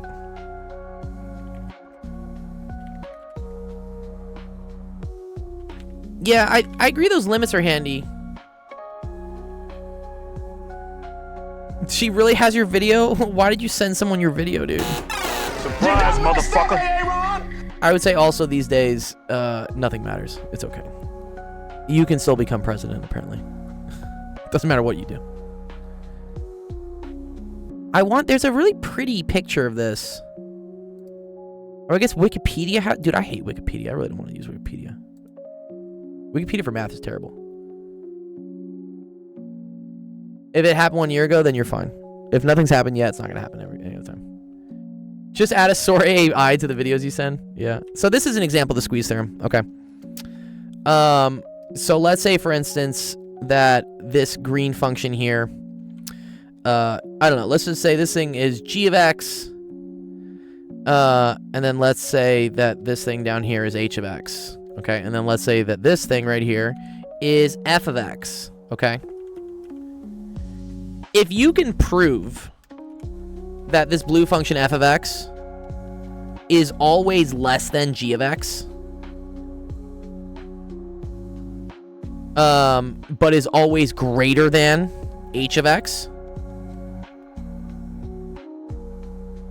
and then if you can show that there is some value x, for instance, that when you approach it, h of x and g of x both approach the same value, which in this case is when you get close to like 0. H of x goes to 0, g of x goes to 0. That then means that f of x has to be squeezed between 0 and 0. So f of x also has to equal 0.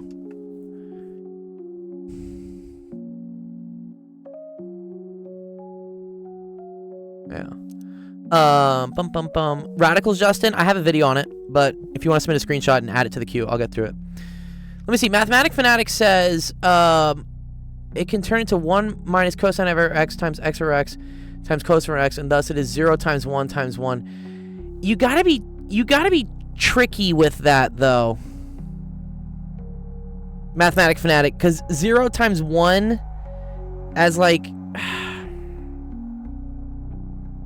I don't know about like multiplying, if you're allowed to do that.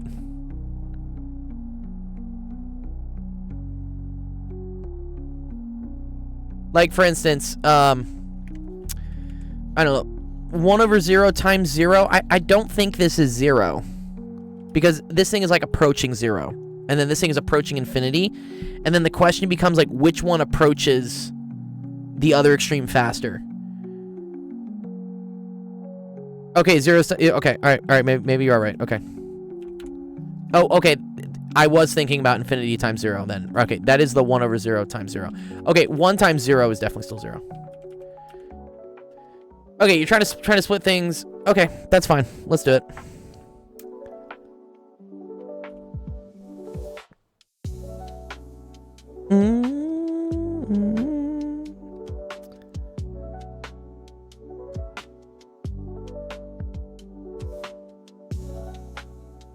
And then multiply values to get a number. Okay. So I think what we had here, right, is you have this, right, so far. And then what are you multiplying by x over x? Is that what you're doing? Such that now you get 1 minus cosine of x over x times x over sine of x times cosine of x. And then the limit of this. I'm sorry, this is as x approaches 0, not 1. Oh, exactly. Oh, very cool. Okay, so yeah, so I just multiplied by 1. You're allowed to multiply by x over x. Same thing as multiplying by 1. Okay, very cool. So then this one, you know, is equal to 0. This is equal to 1 over sine of x over x. But then this limit is equal to 1. So whatever. And then this is times 1. And then, okay, sure. 0 times 1 is 0. Why 0? For which one? Because I think that's just the definition of this limit.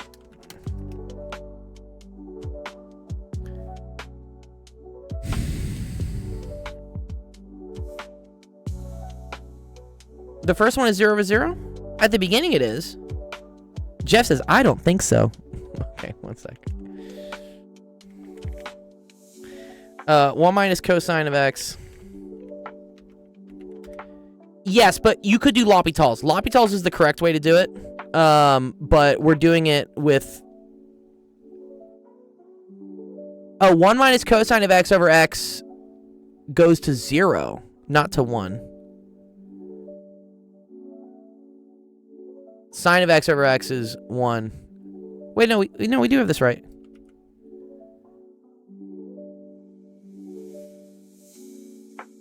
Yeah, we're not L'Hopital'ing. We're not L'Hopital'ing at all. You could you could L'Hopital at the beginning though, right? Because if you plug in 0 into here, you get 1 minus 1, which is 0. The tangent of 0 is also 0. 0 over 0 is valid. That's legit for L'Hopital's. You can I don't think you can L'Hopital 1 over 0. Can you? It has to be, oh, I guess 1 over 0 is indeterminate? No, 1 over 0, no, you can't. You can't L'Hopital 1 over 0. You can L'Hopital infinity over infinity or 0 over 0.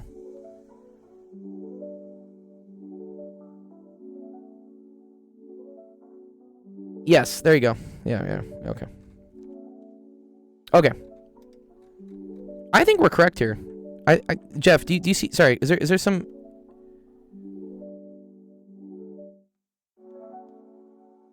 It's okay. It's okay. You're okay. You're okay. So I think this is right. So we turned this into sine over cosine. So we got this, and then I multiplied by x over x. So then this is 1 minus cosine of x over x, which the limit as x approaches 0 goes to 0. This is x over sine of x, which is 1 over sine of x over x, which goes to 1. And then cosine of x just goes to 1. So 0 times 1 is 0. Yeah. Sorry, there's a lot going on in the chat. I can't follow everything. But I think this is correct.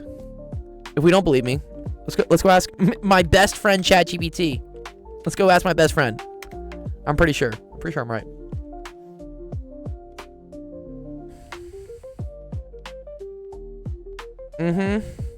Oh, too funny. It does the small angle approximation. Yeah, it's also 0. Okay, great.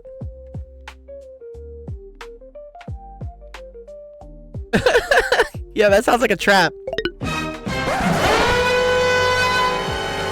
Sounds like the FBI is trying to catch me with somebody's inappropriate videos. I'm not trying to do that, dude. No. Don't do it.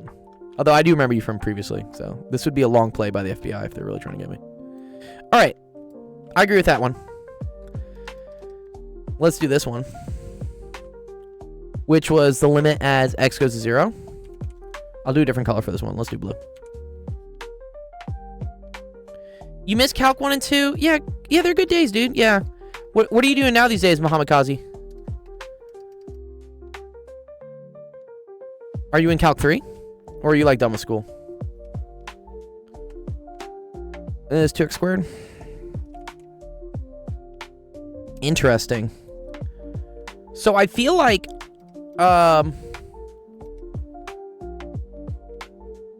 Mathematic Fanatic, I want you to. Aren't you still working on that? Isn't that like your project? It's like your baby, right?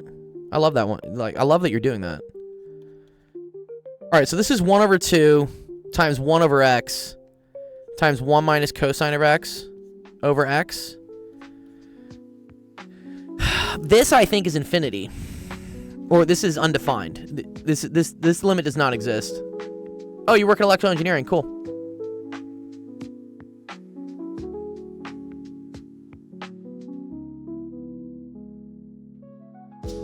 Correct, Ryan. You are correct. Yeah, they're inverses of each other. Yeah. Like x goes to y, y goes to x.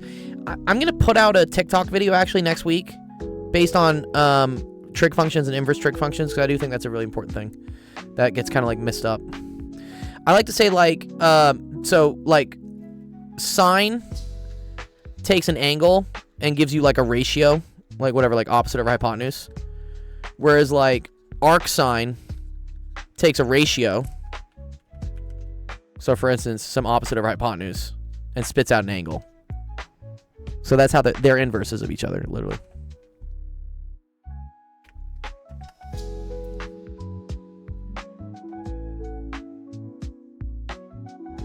Yes, the top and the bottom both have to approach 0. The top and bottom both have to approach infinity.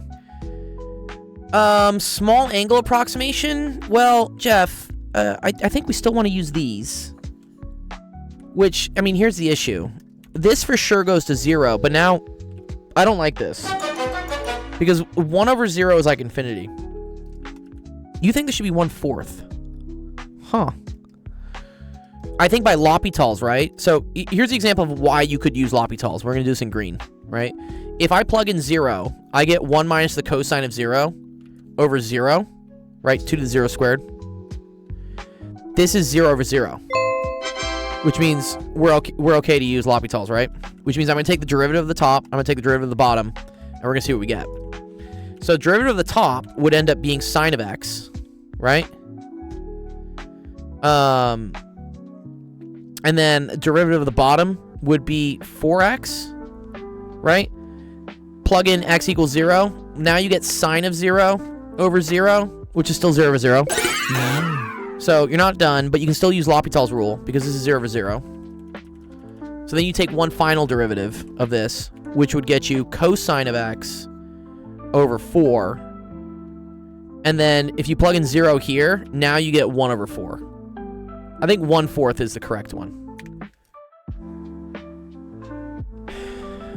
Cosine's adjacent or hypotenuse? Sorry, wait.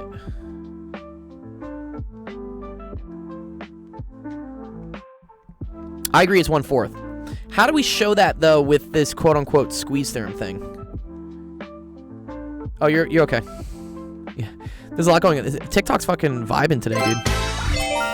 What's up, TikTok?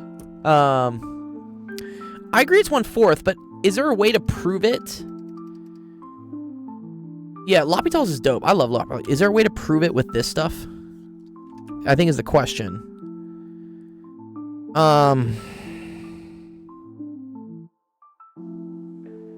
I could do a power series. I really don't want to do a power series.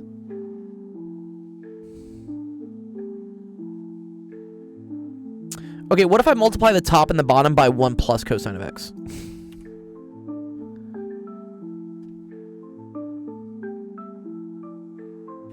Yes, but Ryan, there's also some weird, the flipping by 180, there's some weird restrictions on the arc functions.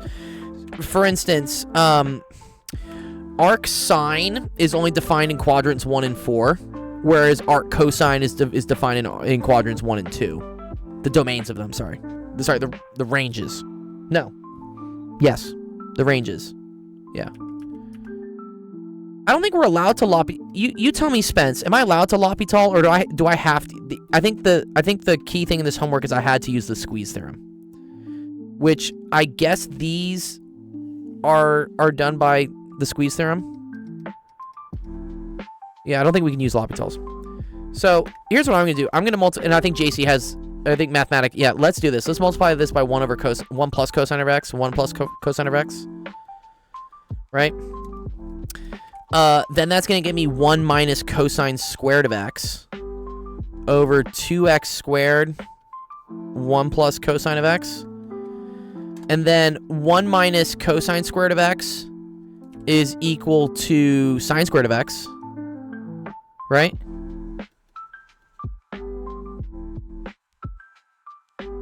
And then this is 2x squared 1 plus cosine of x. What are my credentials? I have a PhD in physics. If you ever want to figure out, like, more about me. So the website where people are submitting their screenshots, actualofficehours.com. If you click here on bio, you can go read my thesis and check out my LinkedIn. Ooh. Oh, yeah. You are so right, Jeff. Love it, Jeff. Very nice. Okay, so this is 1/2 times 1 over 1 plus cosine of x. Very good. Times the sine of x over x squared. Right? Yeah, sine squared x over x squared is the same thing as sine of x over x squared. Bingo. I see where this is going to come in. So now the limit as x approaches 0, this is going to be 1/2 times 1 plus cosine of 0. Cosine of 0 is 1. So it's times 1/2. And then this is a special identity, which we know is just going to be 1 squared. So you get the answer 1/4. Oh, nice. That's sick.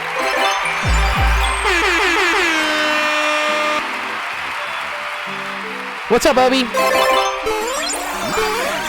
And Mean Machine Rex on the 3 stream streak. Shout out to Obi. Obi's another awesome streamer. He does math as well, and he's from across the pond.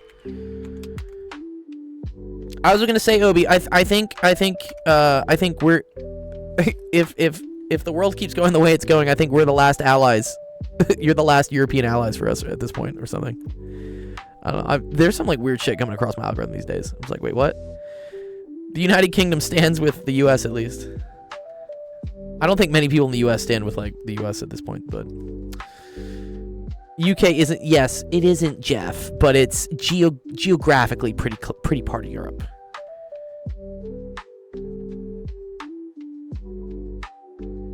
Oh, I see, Ryan. Yeah, okay. Is the current bill... Am I a good programmer? Well, so that's such a loaded question these days. Because I feel like the best programmers these days don't even know how to program. I see these kids, dude. I told you. I get all these... Dude, fucking Gen Z broccoli hair boys, like, telling me that... I don't know. That I need to be using Supabase and, like, this and this and this. And I'm like, whoa. You guys are really ripping it these days. So I think those people like can, you know, being a good programmer is actually not defined by what I think it used to be. I think being a good programmer nowadays isn't defined by like, do you know how to code? I think it's defined by like, do you know how to think like code? Do you stand with us? I don't know who us is. Yeah, it's the human's last hurrah. Yes, exactly. Okay, let's try to do this one. I have a hunch that this is a double angle identity question. Yeah, coding is a lot of logic. I think logic is cool. You're in the United States? I'm in the United States, yeah. I mean, I genuinely believe in the United States, as problematic as it is sometimes. US is great. There's a reason everyone tries to come here. Except our healthcare situation, dude. What? Everyone goes to Mexico to go get their healthcare, or Canada. I think this is. I think I want a double angle. Do you think I want a double angle identity here? I'm trying to think. 6x and 4x. Oh man, I think I need a double and a triple.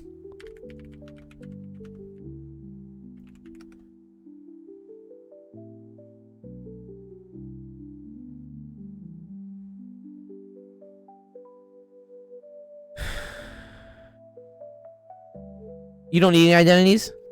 Oh. Oh, okay. Yeah, actually, you're... yeah. Dude, yeah, okay. Dude, I'm...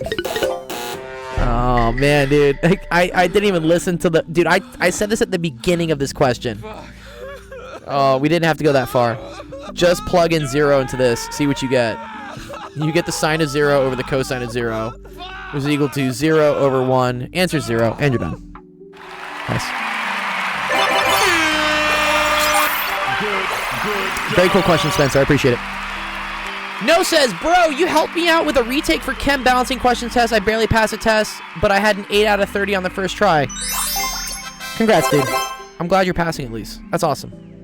Good job. You should be proud of yourself. Improvement is the most important thing. Don't compare yourself to others. Compare yourself to who you were yesterday. Right. This was Spence's. Thank you. You're very welcome. No, thank you, Spencer. It was really fun. I really like those questions. Again, make sure, go to the website, actualofficehours.com to submit your screenshot. Also, join our Discord, because what happens is every time we do one of these questions, I'm gonna drop it in our Discord. So let me mark Spencer's is done.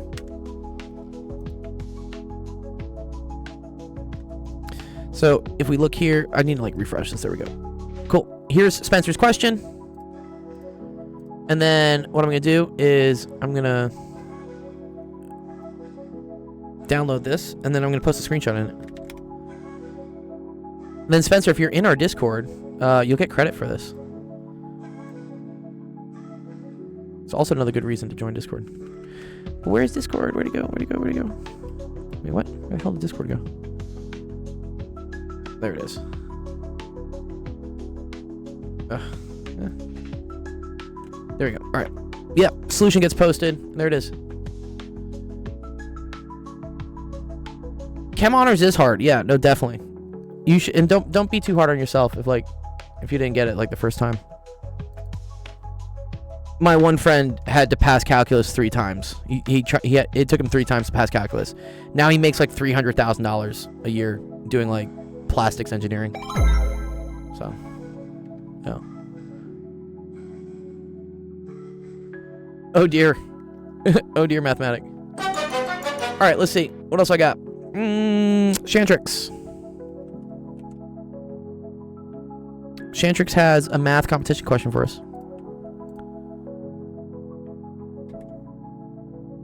Let's do yours. All right. A line has an equation y equals mx minus 50 for some positive integer m. The line passes through the point a comma 0 for some positive integer a. What is the sum of all possible values of m? Interesting. Okay. And they all have to be integers. This is kind of the interesting thing. So, mx minus 50. Okay. So, the minus 50 part at least tells me that the y-intercept is way down here. Let me make sure. YouTube sometimes like messes up. Okay. So this is negative 50.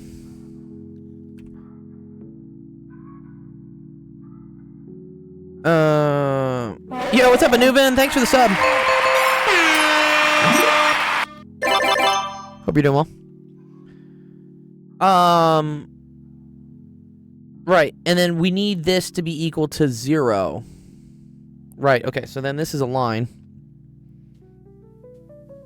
But it has to be integers, right? So this is like y is equal to mx minus 50. Positive slope means it's going to be doing that, but it'll do a bunch of these things, right? Depends on like what m is.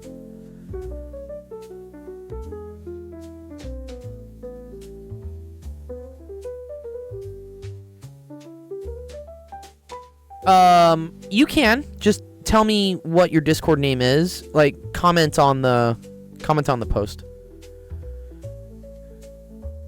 Yes. Right.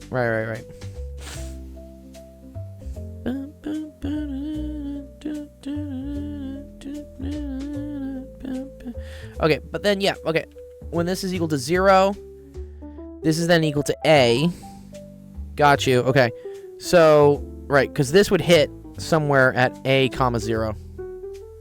So you have 0 is equal to MA minus 50. 50 is equal to MA, but then these need to be integers. Oh, very cool. Oh, this is just matching up a bunch of pairs then, right? So I need two numbers that multiply to 50 that are integers, right? And they want to know the sum of all possible values of M. Oh, okay, great. Okay. So yeah. Would M and A have the same values? No.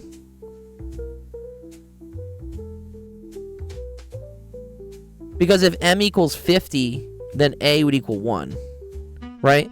If the slope here is 50, then this will hit at 1 comma 0. Yeah, exactly. They're in different orders. I do know linear algebra. Yeah. So for instance, yep, you're right. So you could have 50 and 1. I mean, the way to do this is just do like a factor tree, right? 1, 50, 2, 25. 3 doesn't go into it. 4 doesn't go into it. 5 does. And then, yeah, we're approaching the end here. I think that's it, right?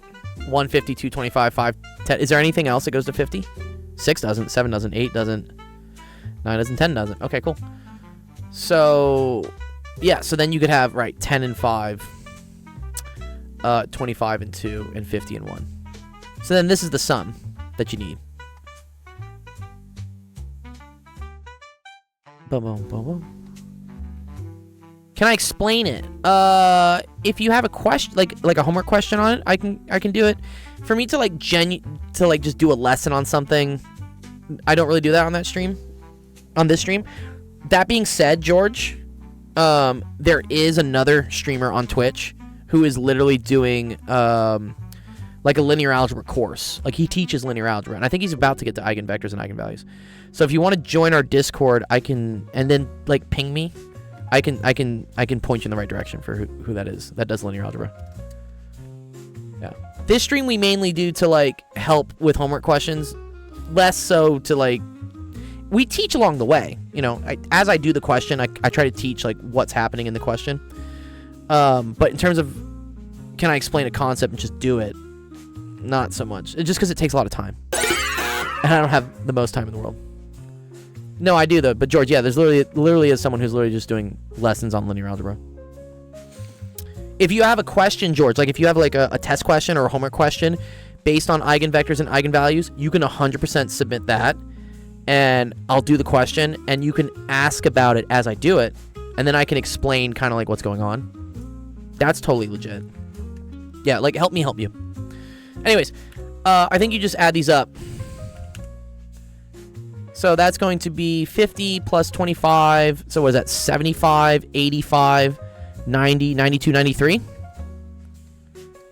Is that the answer? Shantrix? Is the answer 93?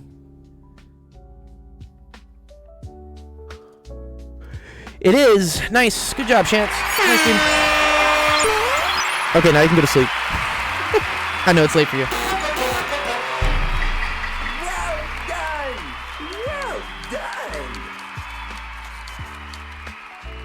Definite integral, area under curve. Those are all great things. I mean, there's a bunch of different definitions for it. I mean, yesterday we did, someone asked about kind of like a Riemann sum definition for it. There's the limit definition of an integral. Again, it just helps to see an example of what you want to know. Example questions help me a ton, because then I know what level you need to learn it at. Okay, but anyways, there you go. Great. There's a point, Shantrix, for you.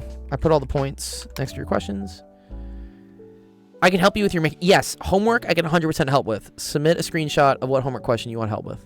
Try to pick, like, the hardest one that you don't get. All right, let's go back to Gladiator. Leos.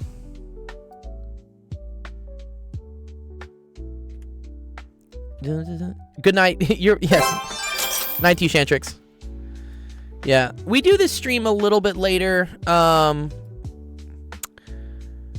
mostly because that's what the analytics say for me to do. Also, I like to kind of like relax a little bit in the afternoon, but the analytics say that like Sunday at 6 p.m. is the peak time to stream, to like help people. Like the most people would be online. So that's kind of what I go on. Yeah, it's 10. Yeah, I understand it's late. It's just the nature. Apparently, like Sunday night, people are always hitting us up. We do have friends that stream at earlier times. I have to stream this late during the week because I have another 9 to 5 job. But if you ever want to, again, I'm not the only person that does this. If you go to the website where you submitted your questions, you can click here on streaming schedule, and underneath the schedule, there's a beautiful calendar filled with events that are happening from other math streamers, science streamers that we work with. So looks like Zach's gonna do some software development tomorrow, and then I think Zach does math Q&A early in the morning on Saturdays. He does it at 9 a.m. Is there nobody else doing math Q&A yet? This is Diffie Q. I might have to ask some other people if they want to like run their own streams helping out. And again, I'm happy to like give you guys my stream key if you just need the 1,000 subscribers so that you can finally stream. Like, we can just do that. All right, let's do this. You have a 1 meter long copper wire. You want to make an N-turn current loop that generates 1 millitesla of magnetic field at the center. When the current is 1 amp, you must use the entire wire. What will be the diameter of your coil?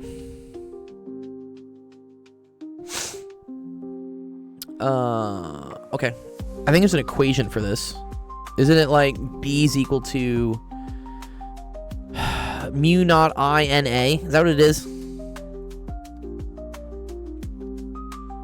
Is this what it is? Mu naught N I A. And then A is the like the area. I think this is the area. Also, I get confused when they say like solenoid versus loop. Like N turns current loop. Let's see.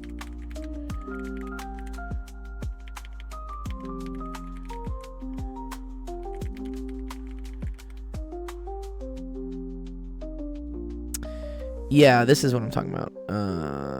Where is it?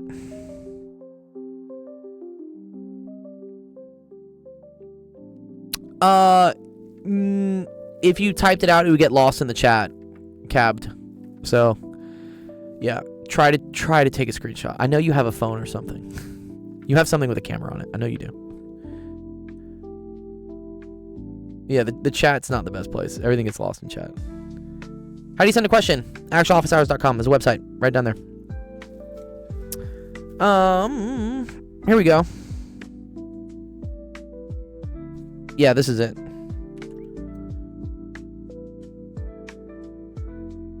So it's not this. I was thinking about. I think I was thinking magnetic field for a solenoid. What's up, nerds? What's up, Psychode? Morning to you, yourself. Yeah, I'm thinking about this magnetic field solenoid equation. Yeah, it turns out that's this one. One sec. Yeah, that's this.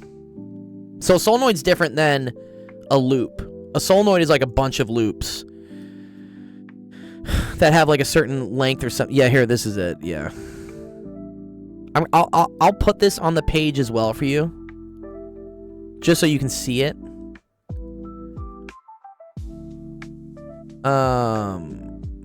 Maybe this one's better.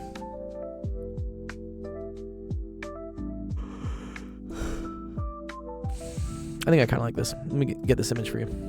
Just for later in case you need it.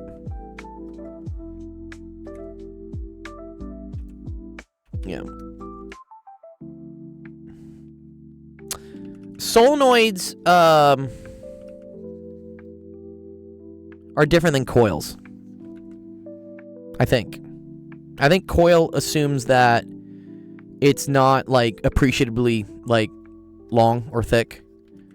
And we're just...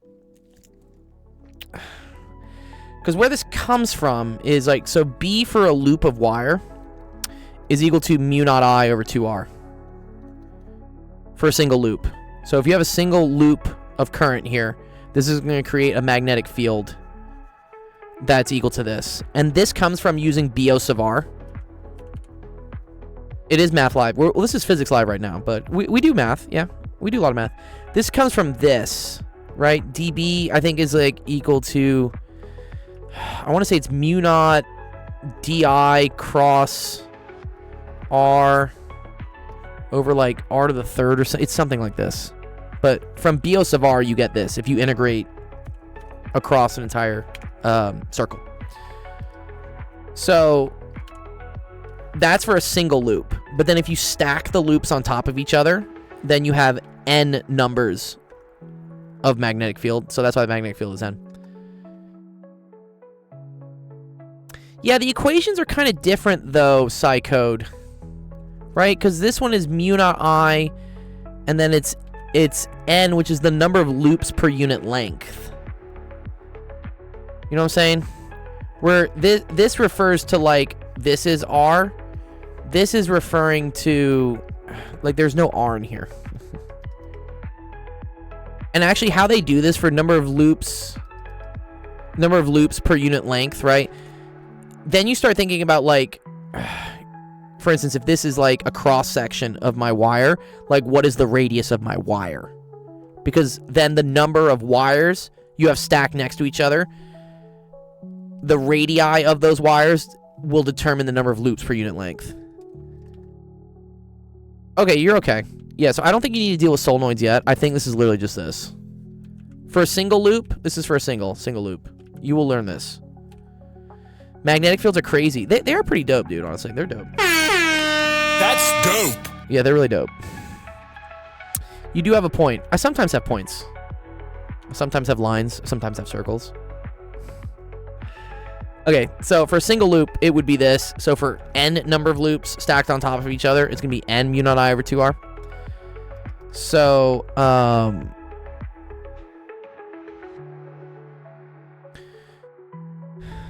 interesting. There's actually kind of a... Okay, so n is related here, though, right? Okay, so this is actually really cool. This is a fun problem, actually. I do like this. So, you're told that you have a meter long, all right? So, that means that depending on... So, the amount of loops you can make depends on the radius of the loop, right? If this is r. So, if we think about how much length gets used to make that one loop, that's the circumference. So, in this case, L is equal to 2 pi big R, right? And then, so, N times L, which is equal to 2 pi R N, that has to be equal to 1 meter. Because I only have a meter of wire to, like, make loops. So, actually, this is cool. So, this tells me right off the bat that N is equal to 1 over 2 pi R. Which I can now substitute into here. Because as I looked at this, right? This is a problem. I have the magnetic field, I have the current, I'm trying to determine the diameter of my coil, which I can get from the radius, but I don't know N. So I have too many variables that are missing. So I need another variable that connects N to the length of wire that I'm allowed to work with. Or it connects N to R. And this is the connection. That N is equal to 1 over 2 pi R. Because 2 pi R, which is the length of wire in one coil, times n number of coils has to equal 1, or 1 meter. Does that make sense, Gladiator? Let me know if it doesn't. I can explain it again. Or if anybody else watching, if this is like confusing as fuck, just tell me. I'll go over it. That's the point of this. Most times in class, your teacher would just wave their hand and just be like, yeah, we're just going ahead. Okay, good. Cool. Makes sense. Awesome. All right, cool. Because this... Okay, now this is going to be... All right, this is interesting. So, I replaced N with 1 over 2 pi R. Then I have mu naught I over 2R and have B. So then we're just solving for R here in this case, right?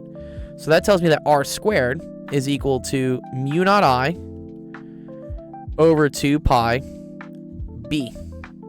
Or 4 pi B, sorry. Because there's two 2's. All right. Mu naught is... Oh, man. It's 4 pi times 10 to the minus 7. I know that. That's mu naught. I was equal to an amp. Nice. They give us nice numbers. Love that. And then we say 4 pi. And then B in this case is a millitesla. Beautiful. So 1 times 10 to the minus 3. All right. So then we just got to solve. Solve. Let's pull up the calculator.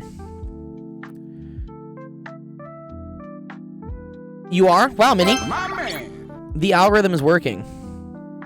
Actually, cool thing here. We have a 4 pi and a 4 pi. So this actually goes away.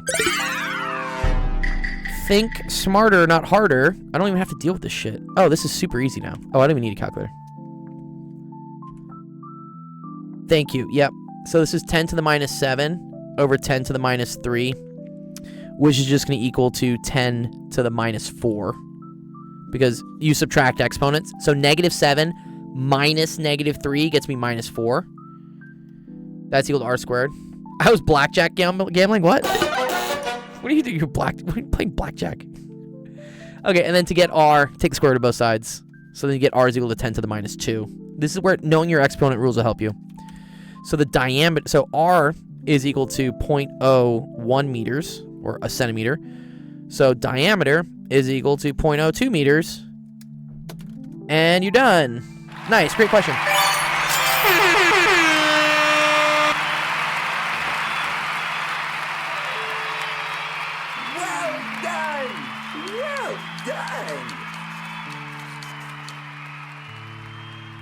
Oh, a solenoid assumes L is much greater than R, so the uniform field inside. Got you. That's why it is. Thanks. That actually helped. Sick. Love it. Yeah, Gladiator. When I post this in the Discord, just use your Discord username and be like, "Hey, I'm Gladiator." And you can change your nickname in Discord. I think I gave you guys perms for that. Just change your nickname to Gladiator, or like put it in parentheses or something. Just so I know who it is. Help me out.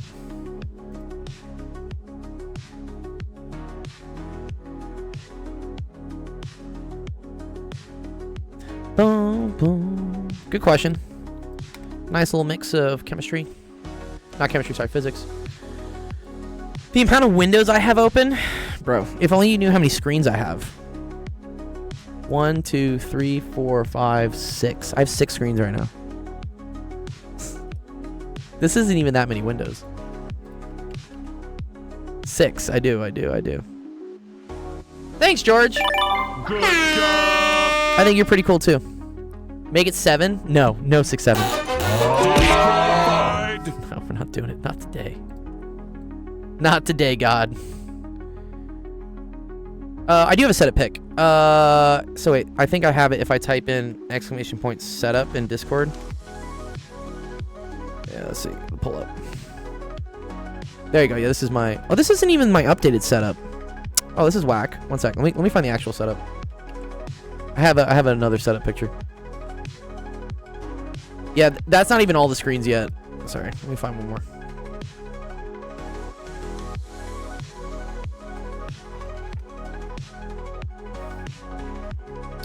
Yeah, that was... I mean, I think it's technically 5 if you count the prompter, is what it is.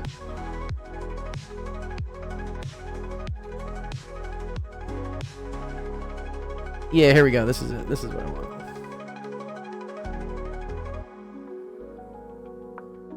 There we go. This is if you walk into my lair. There you go. So yeah, there's this screen for OBS, this screen for tutoring. We got Discord. This is TikTok down here. And then, yeah, the prompter's up top there. So, a lot of screens.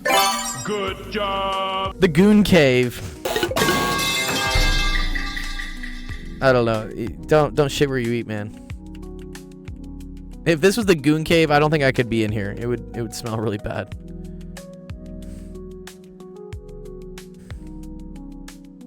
Yeah, it didn't start like this. I've been doing this since 2021, and the amount of equipment I started with was literally just a laptop. It's only after like 5 years. You just keep finding things. You're like, oh, I need one of these. Oh, I need one of these. No, I need one of these. I need one of these. And like, you just keep adding monitor. I actually want another monitor, but there's no more space. Also, I'm out of video card slots. I'm running 2 video cards on this PC because NVIDIA caps you at 4.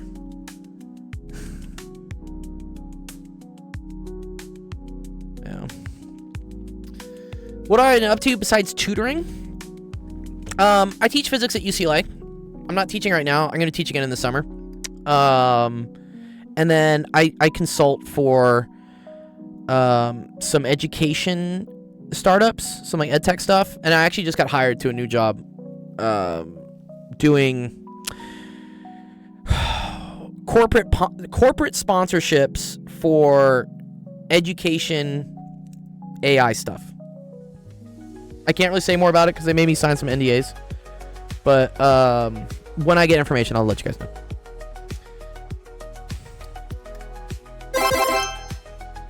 Dun, dun. You need a golden setup, yeah. No, I do need all this stuff. All this stuff is 100% necessary, Mathematic Fanatic. Yeah, thank you, George. Yeah, give us a like, give us a follow.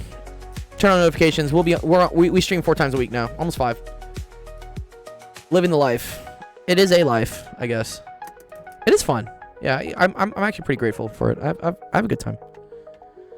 Get to stream and help you guys out and pay my rent. Me to my mom begging 2K for a 2K setup for doing calculus. You're not that guy, bro. Trust me. You're not that guy. Yeah, I feel really bad if anyone's trying to build a PC right now. The prices of RAM and GPUs because of AI. It's atrocious, dude. It's incredibly cost prohibitive to build things. Yeah, I feel bad. I'm glad I don't have to like buy components, like knock on wood right now, because that would get really expensive. All right, let's see. The radii curvature of a biconvex lens are 20 and 30 centimeters. Its refractive index is that. What is the focal length? Is this the lens maker's formula? I think it's lens maker's formula. Take up a subprime loan, dude. Seriously. Bruh. Although, to be honest, when I was making this PC was right during COVID, and there was also kind of a big Bitcoin frenzy, and it was very difficult to get video cards, just in general, because everyone was mining as well. It really sucked. That being said, I mined some stuff as well. I made a decent amount of money mining Bitcoin or Ethereum. You used to be able to mine Ethereum, then they went to proof of stake. You can't do that anymore. I have the worst joke ever. What is nuclear physicist's favorite meal? Fission chips. That's dope. Oh, that's pretty good. Okay, that's a good one. That's a good one, Amir. I think that's good. That's a good joke, dude. Real good joke. Okay, all right.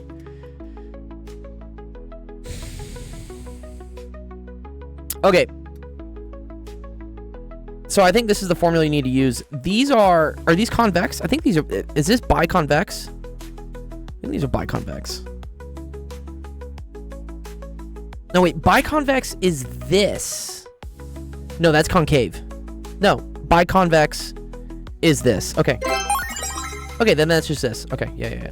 I was gotta remember, like, cave means like you're concave, you're like entering like a cave.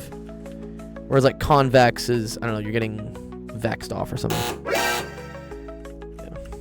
Okay.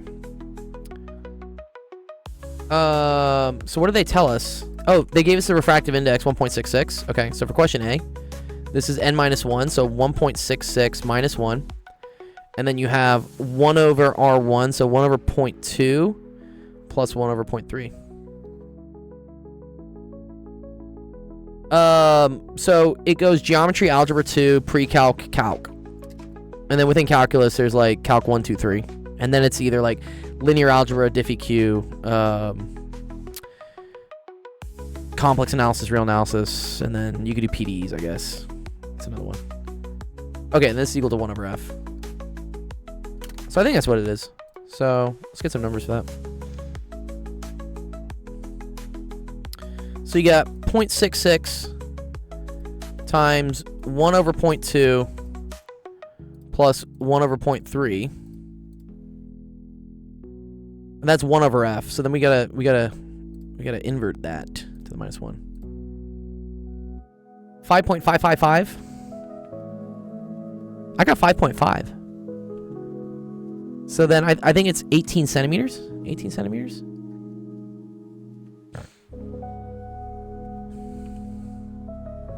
I think 18 centimeters.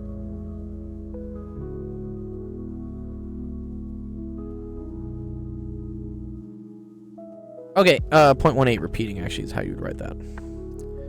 At what distance must an object be placed so its image is upright and magnified 2 times its height? Ooh, cool. So magnification is equal to 2, and that's equal to negative di over do. Right? And then... Oh, that's okay. Yeah, rounding is still good. Still good. Yeah, you did probably 1/5 plus 1/3, right? And you probably estimated this one as 2/3. Oh.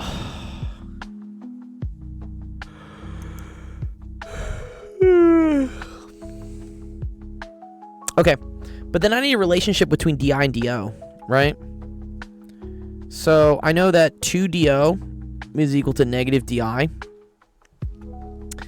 And then I know that 1 over do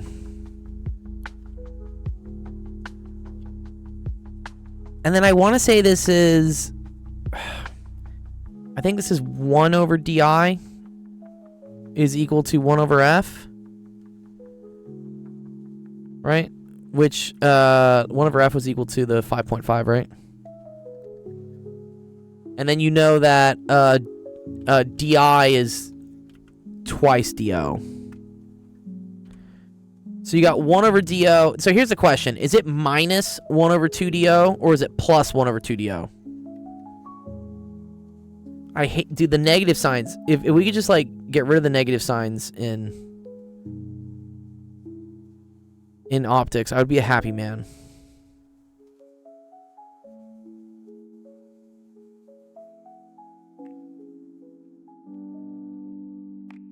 And actually, sorry, I think it's this. I think it's di plus do. They do, man. The sign changes, and dude, especially, I think that's what annoys me the most in optics, is because they're not terribly intuitive, and no one can seem to make up their mind in like the physics and structural realm about like what they should be. And so even if I Google the equation, I don't know what convention they're using. I think that's what annoys me the most with optics.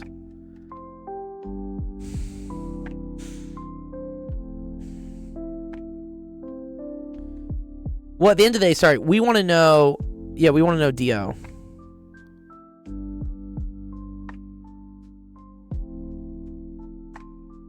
Yeah, I can see that too.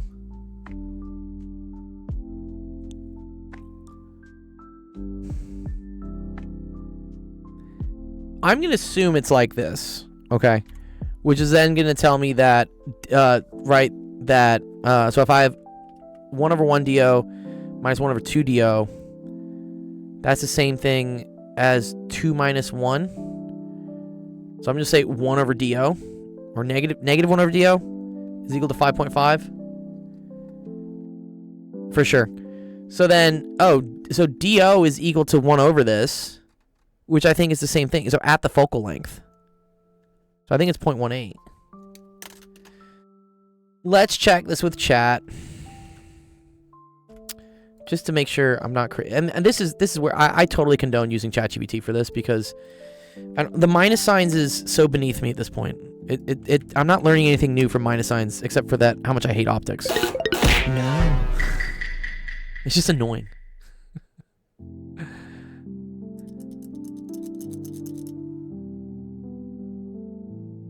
Alright, let's see. Chat's been taking a while actually today, honestly. Let's go to Gemini.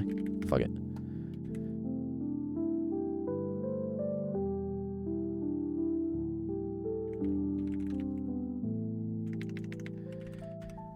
ChatGPT for learning gives good prompts and say don't give the answers. Yeah, I want to see what it does. I want to see what the answer is.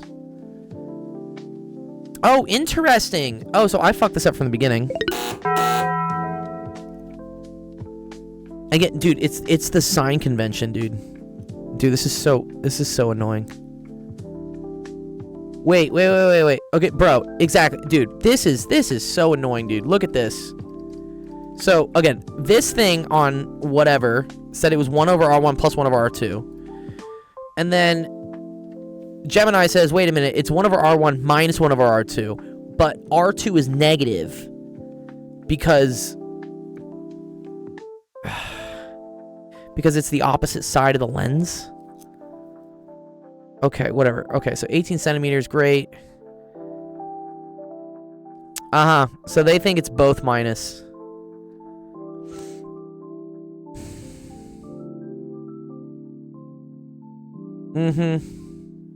Okay.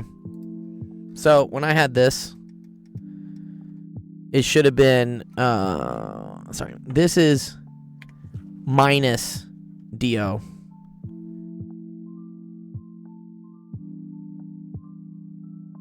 And so then this becomes negative 2 DO. Okay. Now this is different. Because now this is negative 1 minus 2, right? So this is negative 1 over 1/2 DO minus 2/2 DO, which is equal to negative 3/2 DO is equal to 5.5. So DO is then 2/3 of that.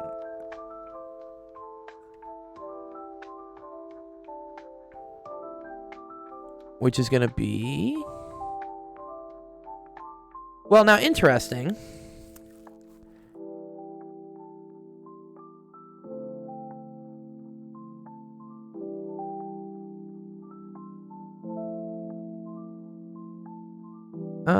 Okay, no, sorry. The DO's on the bottom. Sorry, what am I doing?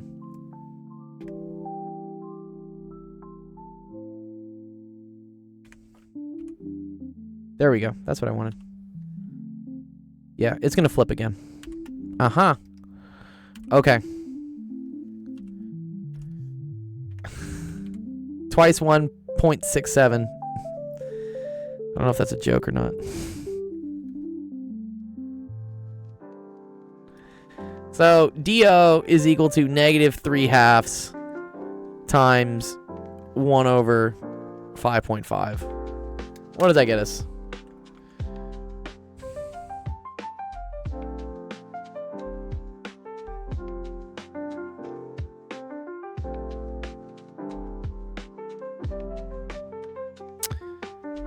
.27, which I think is what Gemini got. Oh, not quite. Yeah, no, 0.27. Okay, cool.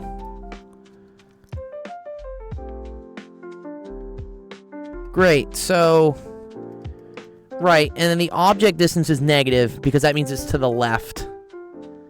Yeah, okay, so we can say 27 centimeters.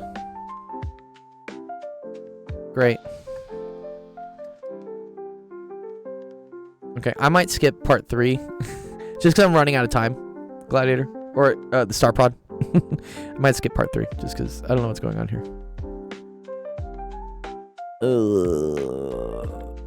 The plano convex lens L2 with an I. Yeah, okay, I'm just gonna skip this. Yeah, I can't understand this, but it's cool. Yeah, great.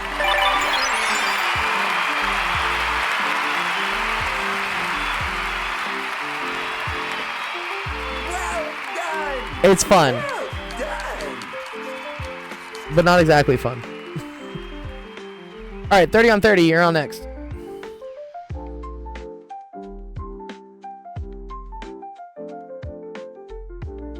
Bless Gemini for finally getting it, dude. Or not Gemini. Interestingly enough, actually, sorry, what is it? ChatGPT got a different answer here. ChatGPT got that it's 9. So even ChatGPT and Gemini both they have differing answers on the sign convention for this. Dude, I hate optics. I hate optics, man. Just hate it. Am I running out of time? No. I still got 26 minutes left. I still got time to help you guys. All right, let's see. What we got? 30 on 30. Okay. Something about quadratics, I think. Miami running out of time. Miami? Miami's not playing right now. Miami played yesterday. Amir says, my whole class is done with proofs like reason and statement. Proofs are cool. I know proofs are scary. Disqualified.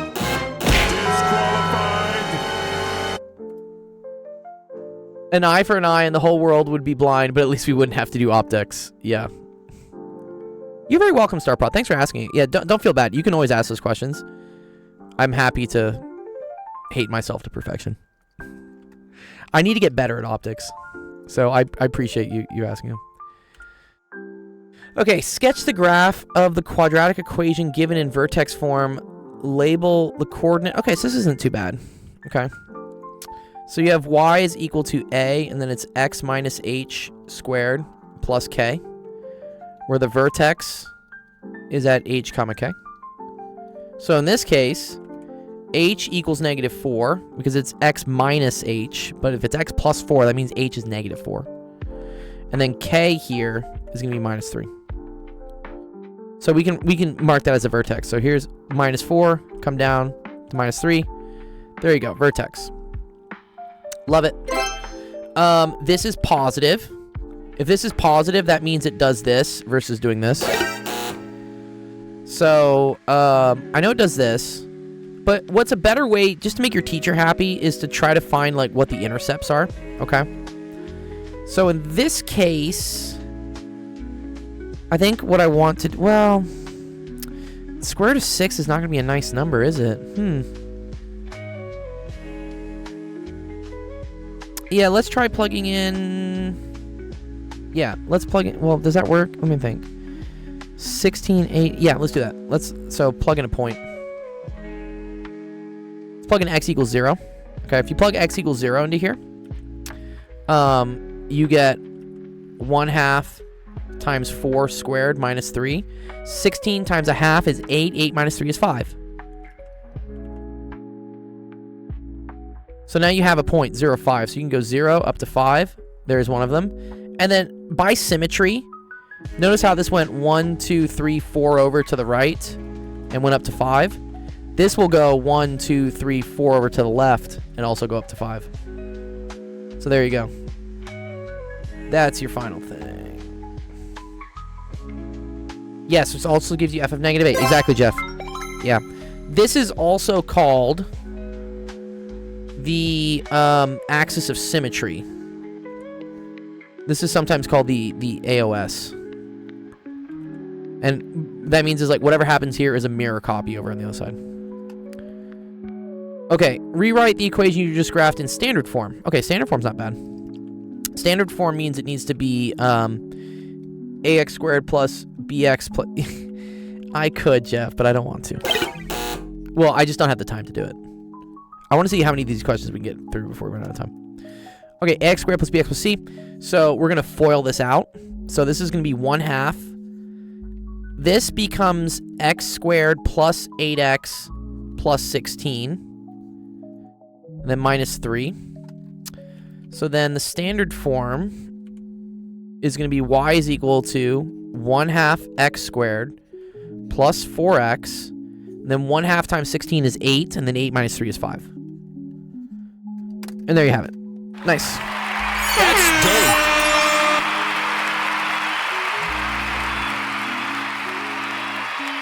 Hope that helps you. 30 on 30.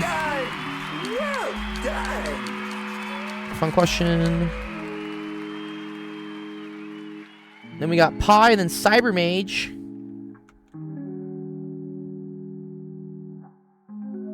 Y-intercept is 5. Yes, and we could see that actually, right? From the equation.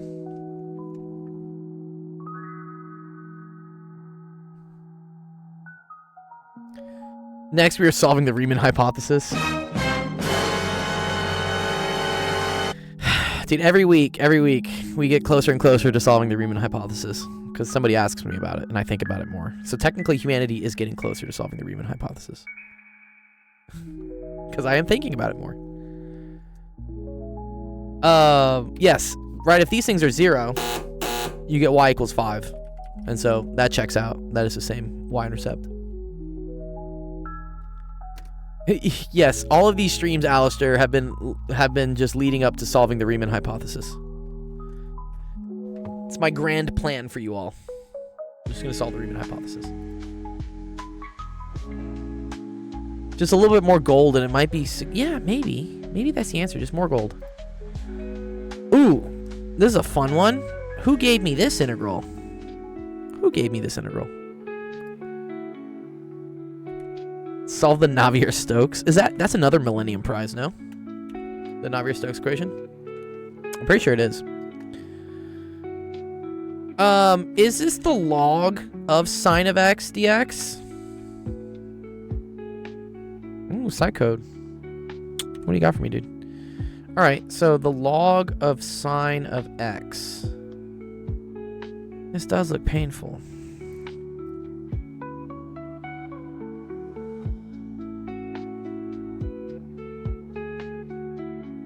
Do I need to use a power series for this?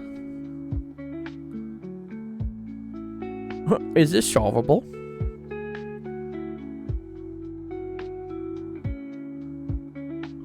Okay. I'm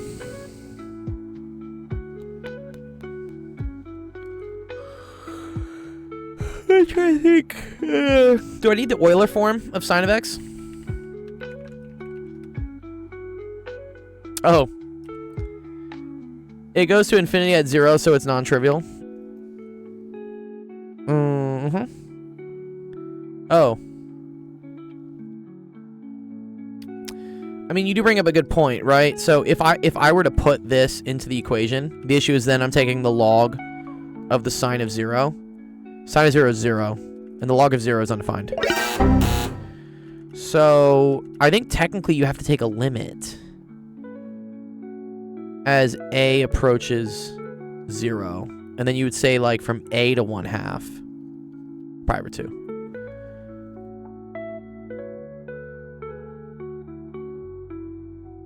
Use the King's rule?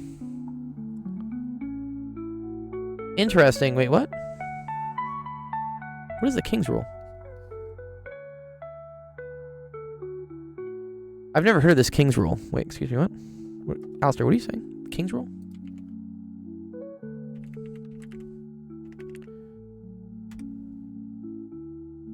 I didn't know about this one.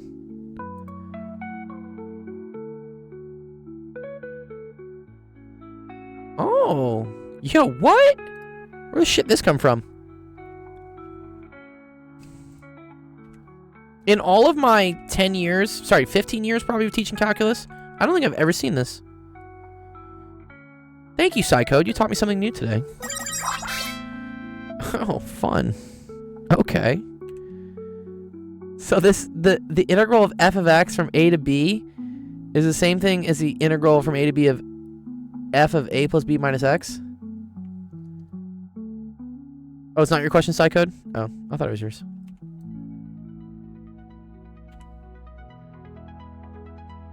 No, it's definitely going to help us.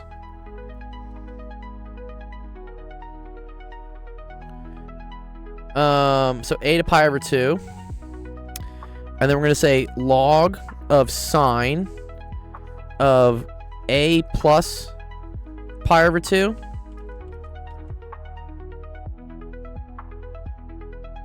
Minus x. Dx. Does it actually work? I mean, apparently it's a thing. Apparently this is a thing. There's a derivation for it, I guess.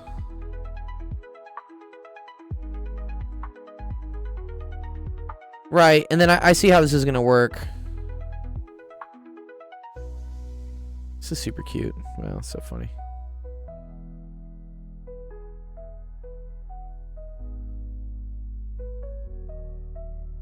What's up, Alistair? Yo, what's up? What's up, Alistair? Glad I brought up. Okay, so the initial integral, yes, label it as I, and then the initial integral, label it as I, and then hang on. Wait, stuff's not loading, so hang on, stuff's not I think sine of pi over 2 minus x is the same thing as cosine of x, no? Yeah. No, sine of pi over 2 minus x.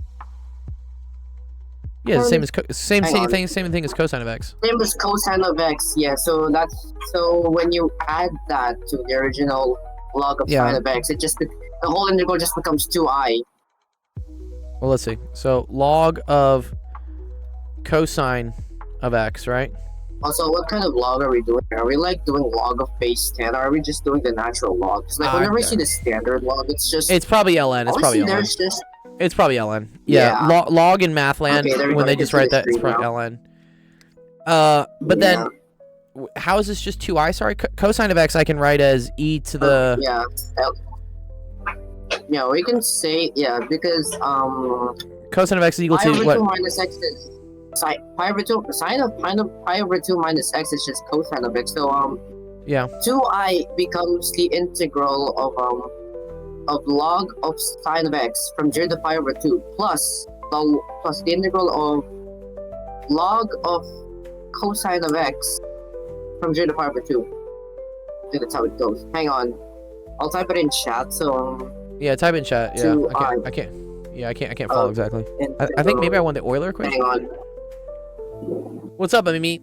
I don't know Cool. if I put to do Euler here. Pi over. Just show me how you're getting it.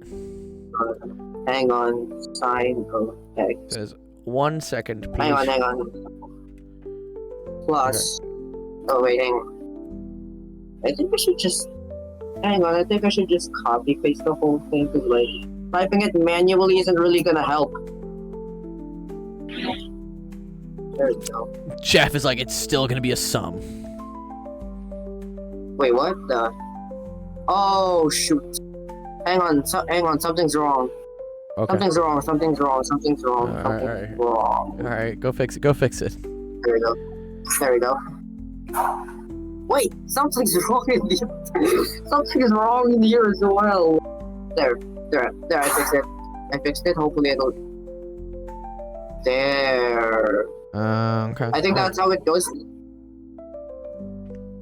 Yes, Amit. I think you're right, Amit. Amit has the right idea, which is what Alistair literally just said. Yep, you're so right.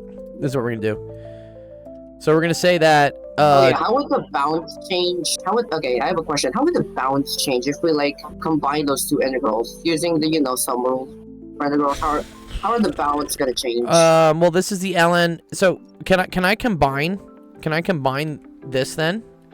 ln of sine of x plus so ln I of cosine of think x. so we can use a log, so we can use some sort of log rule or something. Right. So isn't this sure. 0 to pi over 2?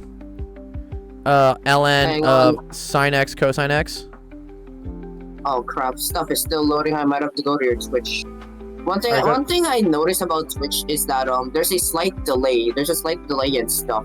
Yeah, of course. when it Yeah. comes to Twitch. There's an encoder delay. Yeah. Yeah, that's what I was saying. Hang on, stuff still. All right. So this is 1/2 sine of 2x then. Mhm.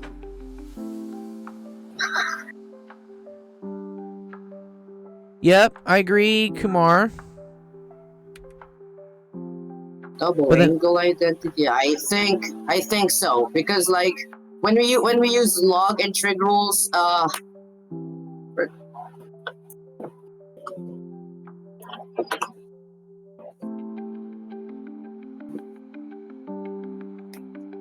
Okay.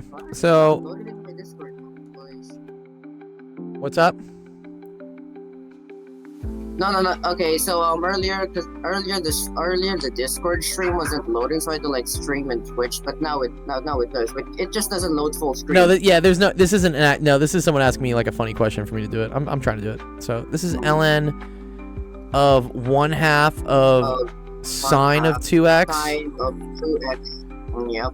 dx, Yeah, which that's how it goes. and that's equal to 2i, right?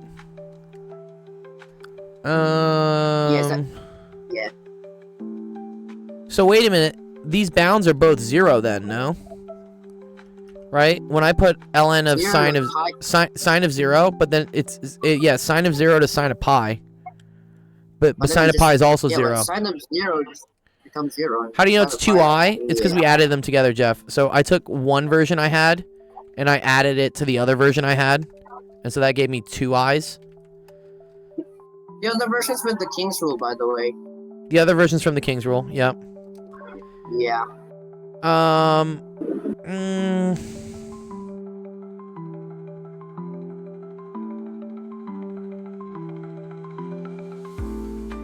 Yeah, the limit won't change. I'm tempted to say the answer here is 0. How can we actually say it's 0? Like this negative area will cancel out the positive area or something? Oh, how did I get I in the first? Oh, that came from this, dude. Jeff. Sure, it's 0. The original expression is called I. The integral is called I.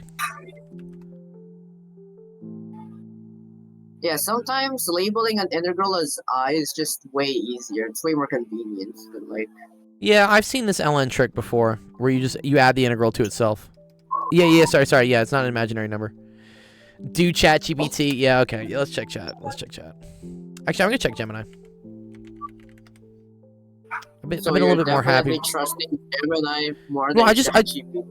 Yeah, I don't know. Chat's been kind of like slow lately, or whatever. I don't know. It's not the best. See what it comes up with. The value of this integral is negative pi over 2 log 2. Okay. So they do King's Rule. They add them. They get to this. They use the double angle. Oh, okay. Wait, where's the one? Oh, okay. I'm gonna mute myself for a bit. It's getting a bit noisy in here, alright? Yeah, I'll move you the audience. You're good. Fine. Okay. Alright. Okay. It's not 0, yeah. So let 2x equal t, then dx equals dt over 2.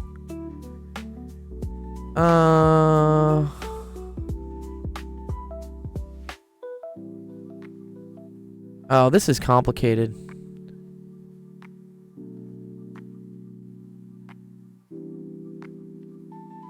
Oh, I don't think I was gonna get this. Disqualified. All right. Fun question, pi. Yeah, I see how the answer. You like keep referring it back to what the original integral is. Okay, I have 9 minutes left, so I'm gonna say we partially got this one right. But if someone wants to keep working out the answer, they can. Just in the interest of time.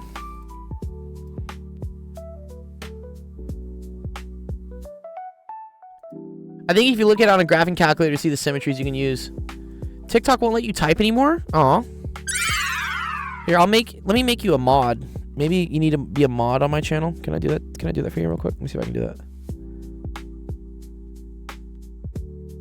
Alright.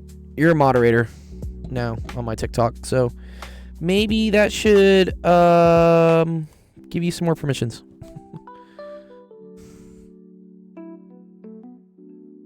Okay.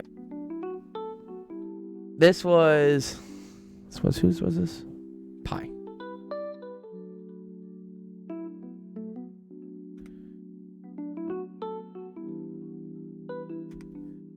Bono. All right, let's see. Cyber Mage. We got any fun ones here? Oh man. Heating pumps. Ooh, I don't know about this. I appreciate everyone submitting questions. It's always great to submit things, but I do not know what this is. This is some engineering type stuff. I'll put it in our Discord though, and see if there's a engineering person that can do it. It's hydraulics. Well, I don't see any. Yeah, this one looks way better. Yeah, I can do this. Let's do this real quick. Engineering hydraulics I can't do, like in 9 minutes. Oh, the keyboard won't come up. Okay, whatever. You can still stay as mod. I'm sorry, Cyber Mage. I just don't know how to do it. But I'll post it in my Discord, and I'll see if anyone else. Do you have like a test on it tomorrow? Probably not too hard, just arcane. Yeah, I just don't know what's going on. All right, let's factor. Okay, and then on the bottom, this factors out. Yeah, chat doesn't know either. Yeah, if chat doesn't know, and again, I don't have an engineering degree.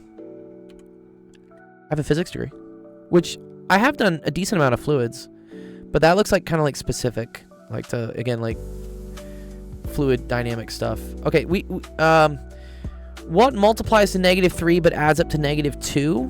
Oh, that's -3 and 1. Okay, so then we have x minus 1, x plus 3. Or sorry, no, it's x plus 1, x minus 3.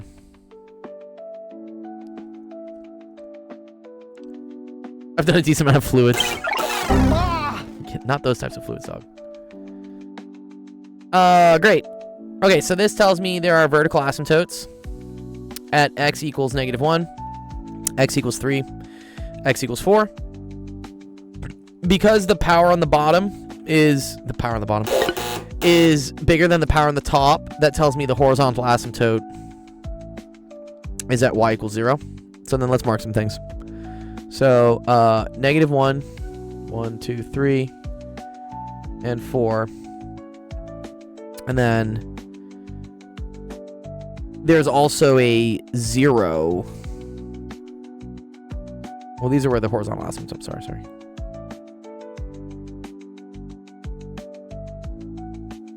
Yeah, so there's one here.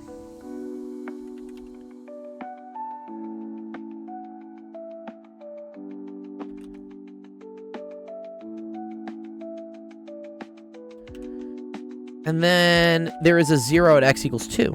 Cool. So there's a 0 here. So actually, yeah, let's not mark these as points. Oop. Yeah, if you want to know my education background, I have a PhD in physics. I've been teaching for probably 10 plus years. I currently teach physics at UCLA. I run this nonprofit. If you want to know more about my bio, so the website actualofficehours.com, you can click here. There's a link that says bio. It has like my LinkedIn and everything if you want to know my whole background. Amit says that log Sinex question was in my high school exam. No one got it correct. No. Damn, dude. That's terrible.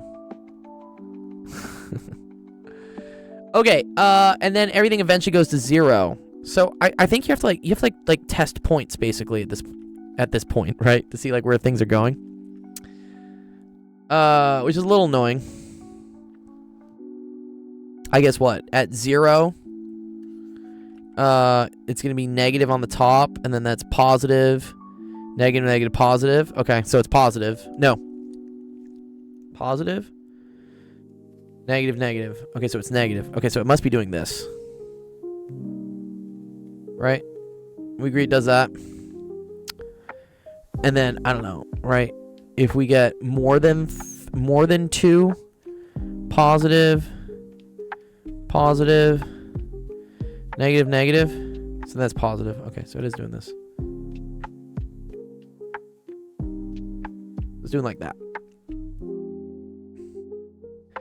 And then I don't really know what's happening here. But then, okay, to the left, all I'm doing is I'm plugging in like values of x to see like what happens to all these different terms. And that'll tell me whether it's above or below the axis. So when you're left of -1, so let's say you're at -2. So if you were at -2, this would then become negative. This is negative. This is negative. This is negative. So negative times a negative is a positive times a negative is a negative. But then negative over negative is a positive.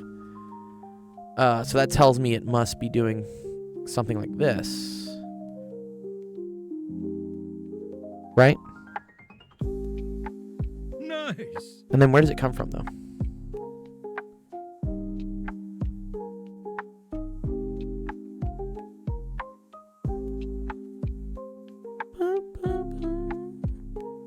Yeah, I think it does this.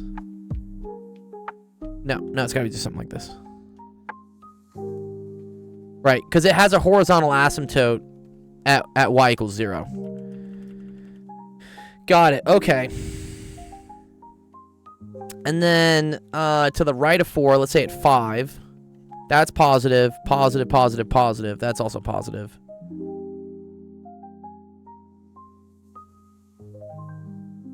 So it's got to do this. Question is, what does it do in between? That's a little trickier. Yes, there are, Alistair. I need something between 3 and 4.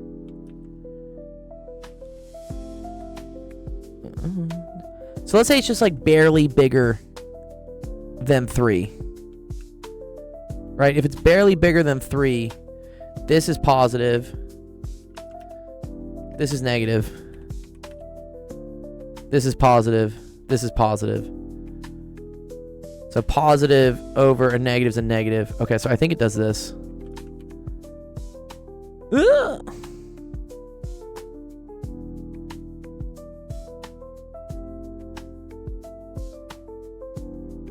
I want to say it's that. Okay. My man. I think that's how you do that one. We could actually graph this. Let me get this real quick. Let me say, like, let me just here come up with I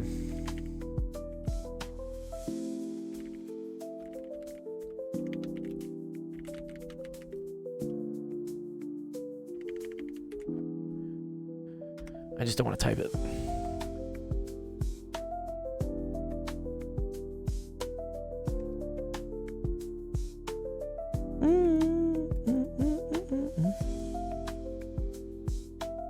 Can I copy this, please?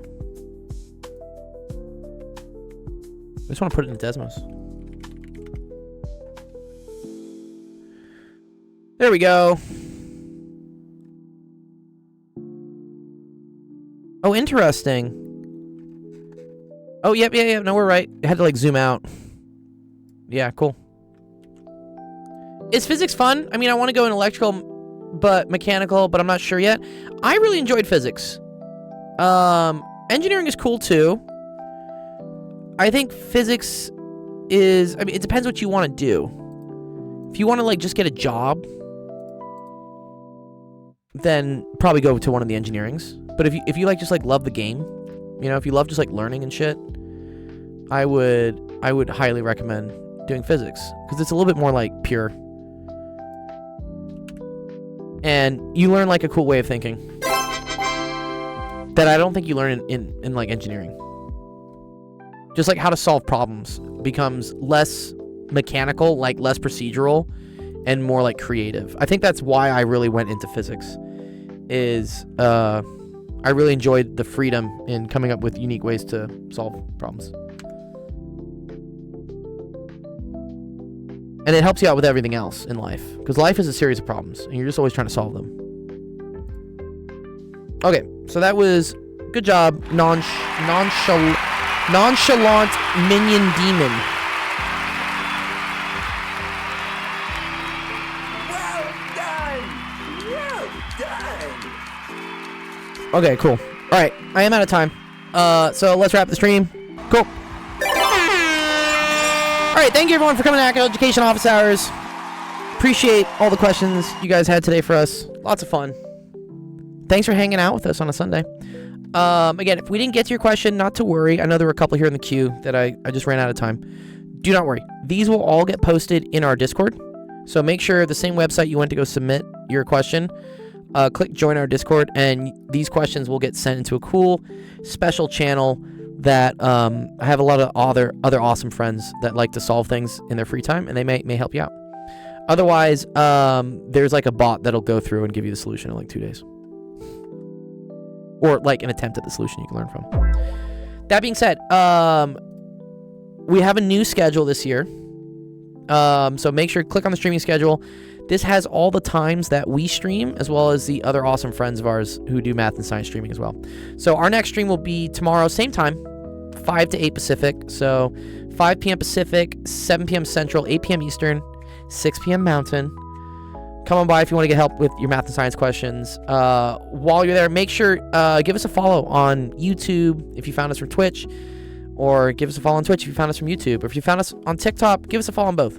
because all the analytics and the subscriptions and the likes and the follows, those help the algorithm determine that our content is meaningful and then puts it on the algorithms for other people so that they can get help. Twitch math rules, yes. All right, if you're following us on Twitch, which is the best platform, I highly recommend you go follow us on Twitch. We're gonna go raid another person who is streaming today. Who do we got? Science. Dude, there's so many fun people now streaming these days. It's pretty cool.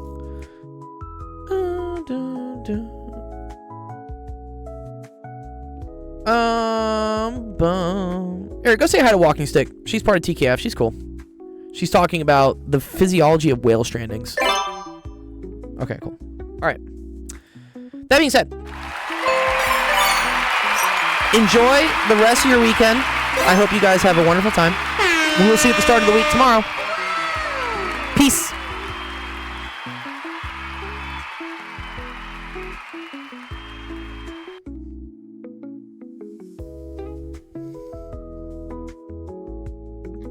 Because they don't love the truth, they're deceived. They're to Florida these days.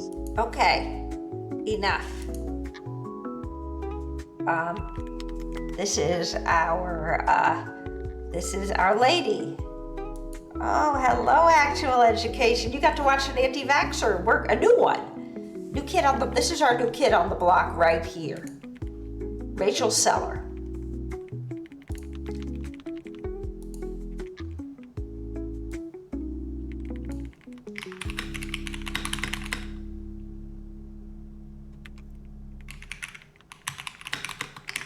Now, I've watched about 15-20 minutes of that 40-minute video, and I'm going to spoil it for everybody and say that